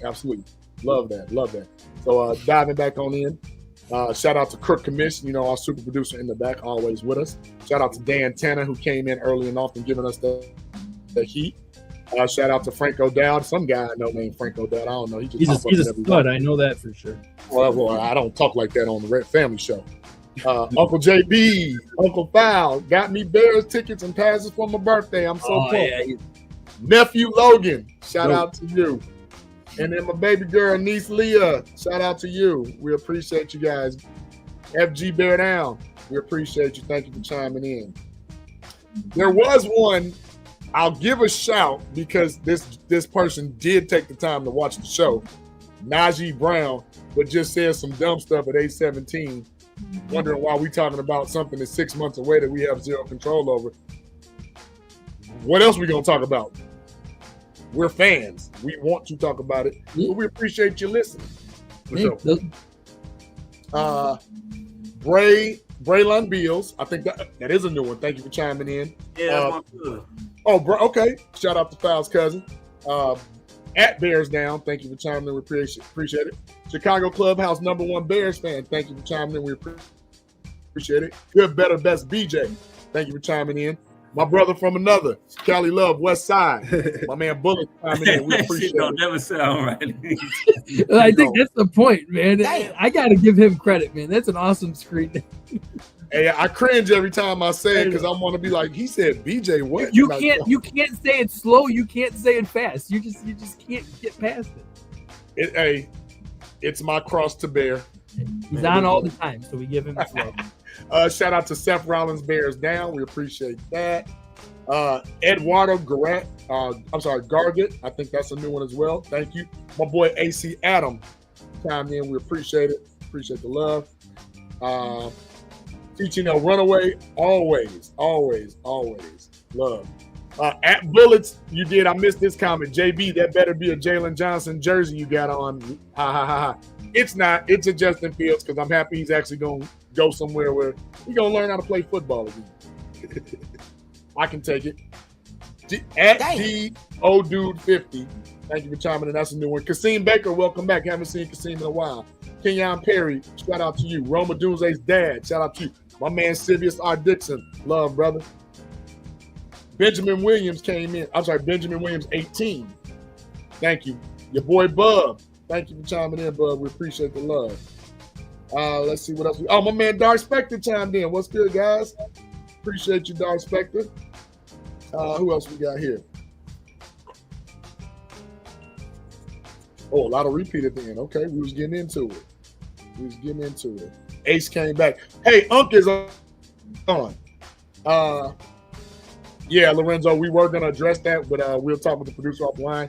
But Unc is here, y'all. Lorenzo Clemens, thank you, our resident Big Ten referee. Thanks for chiming in, Unc. Oh, and Najee came back and said, thank you, Najee. We appreciate that. See, it's all about love around here. Again, prayers for NFL retired referee Richard Reels. I heard about that now. Yeah, who passed away, unfortunately. So prayers to Richard and his family, right? And then rounding it out, anybody that we have that's on that little eyeball but not saying anything in chat, you are officially known as a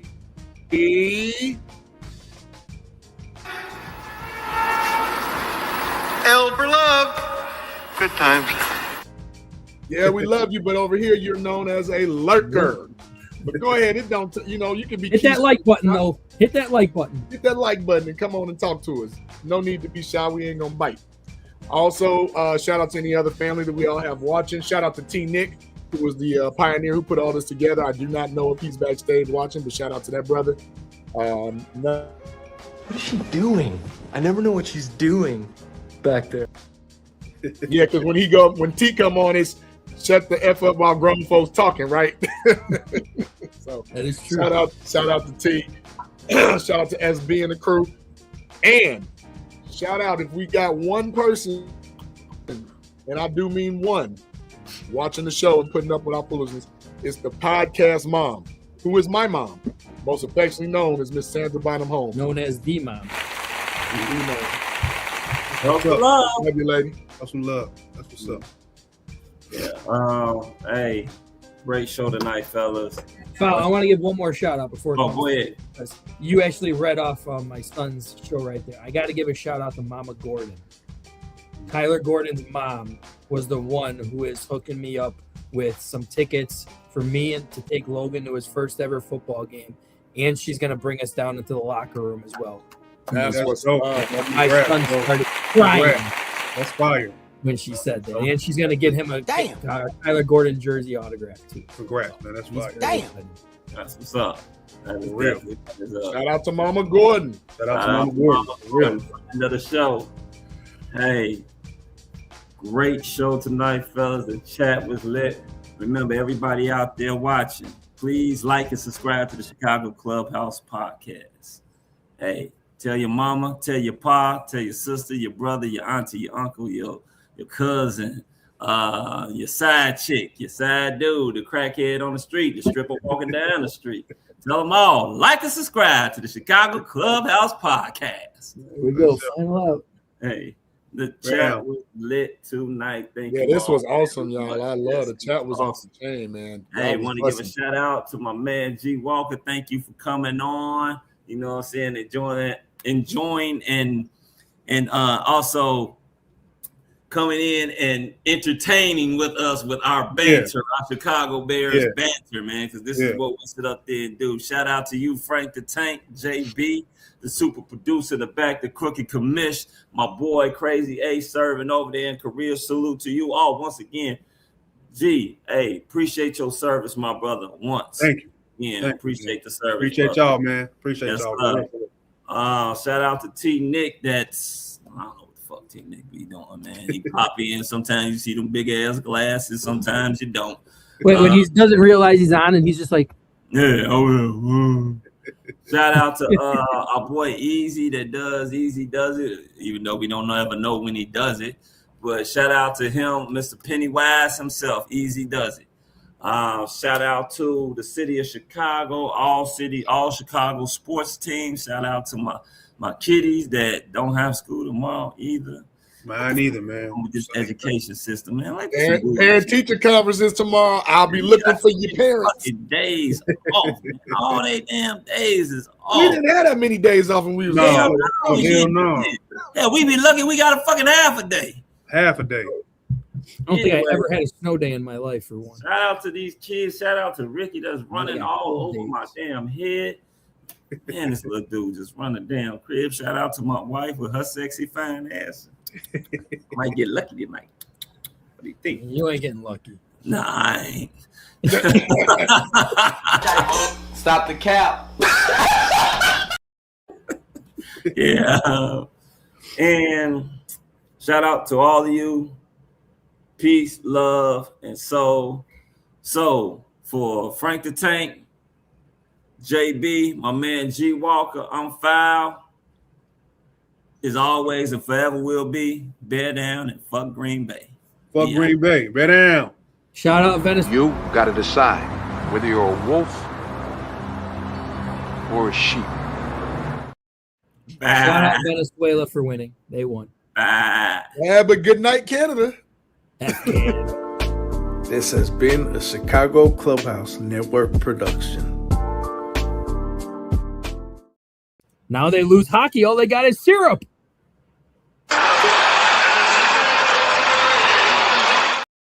Maple syrup. That's all Canada's got, Foul. Don't roll those eyes. And now it's all over. They got some good beer, too.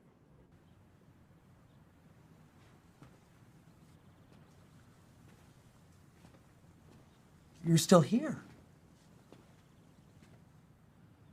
It's over. Go home.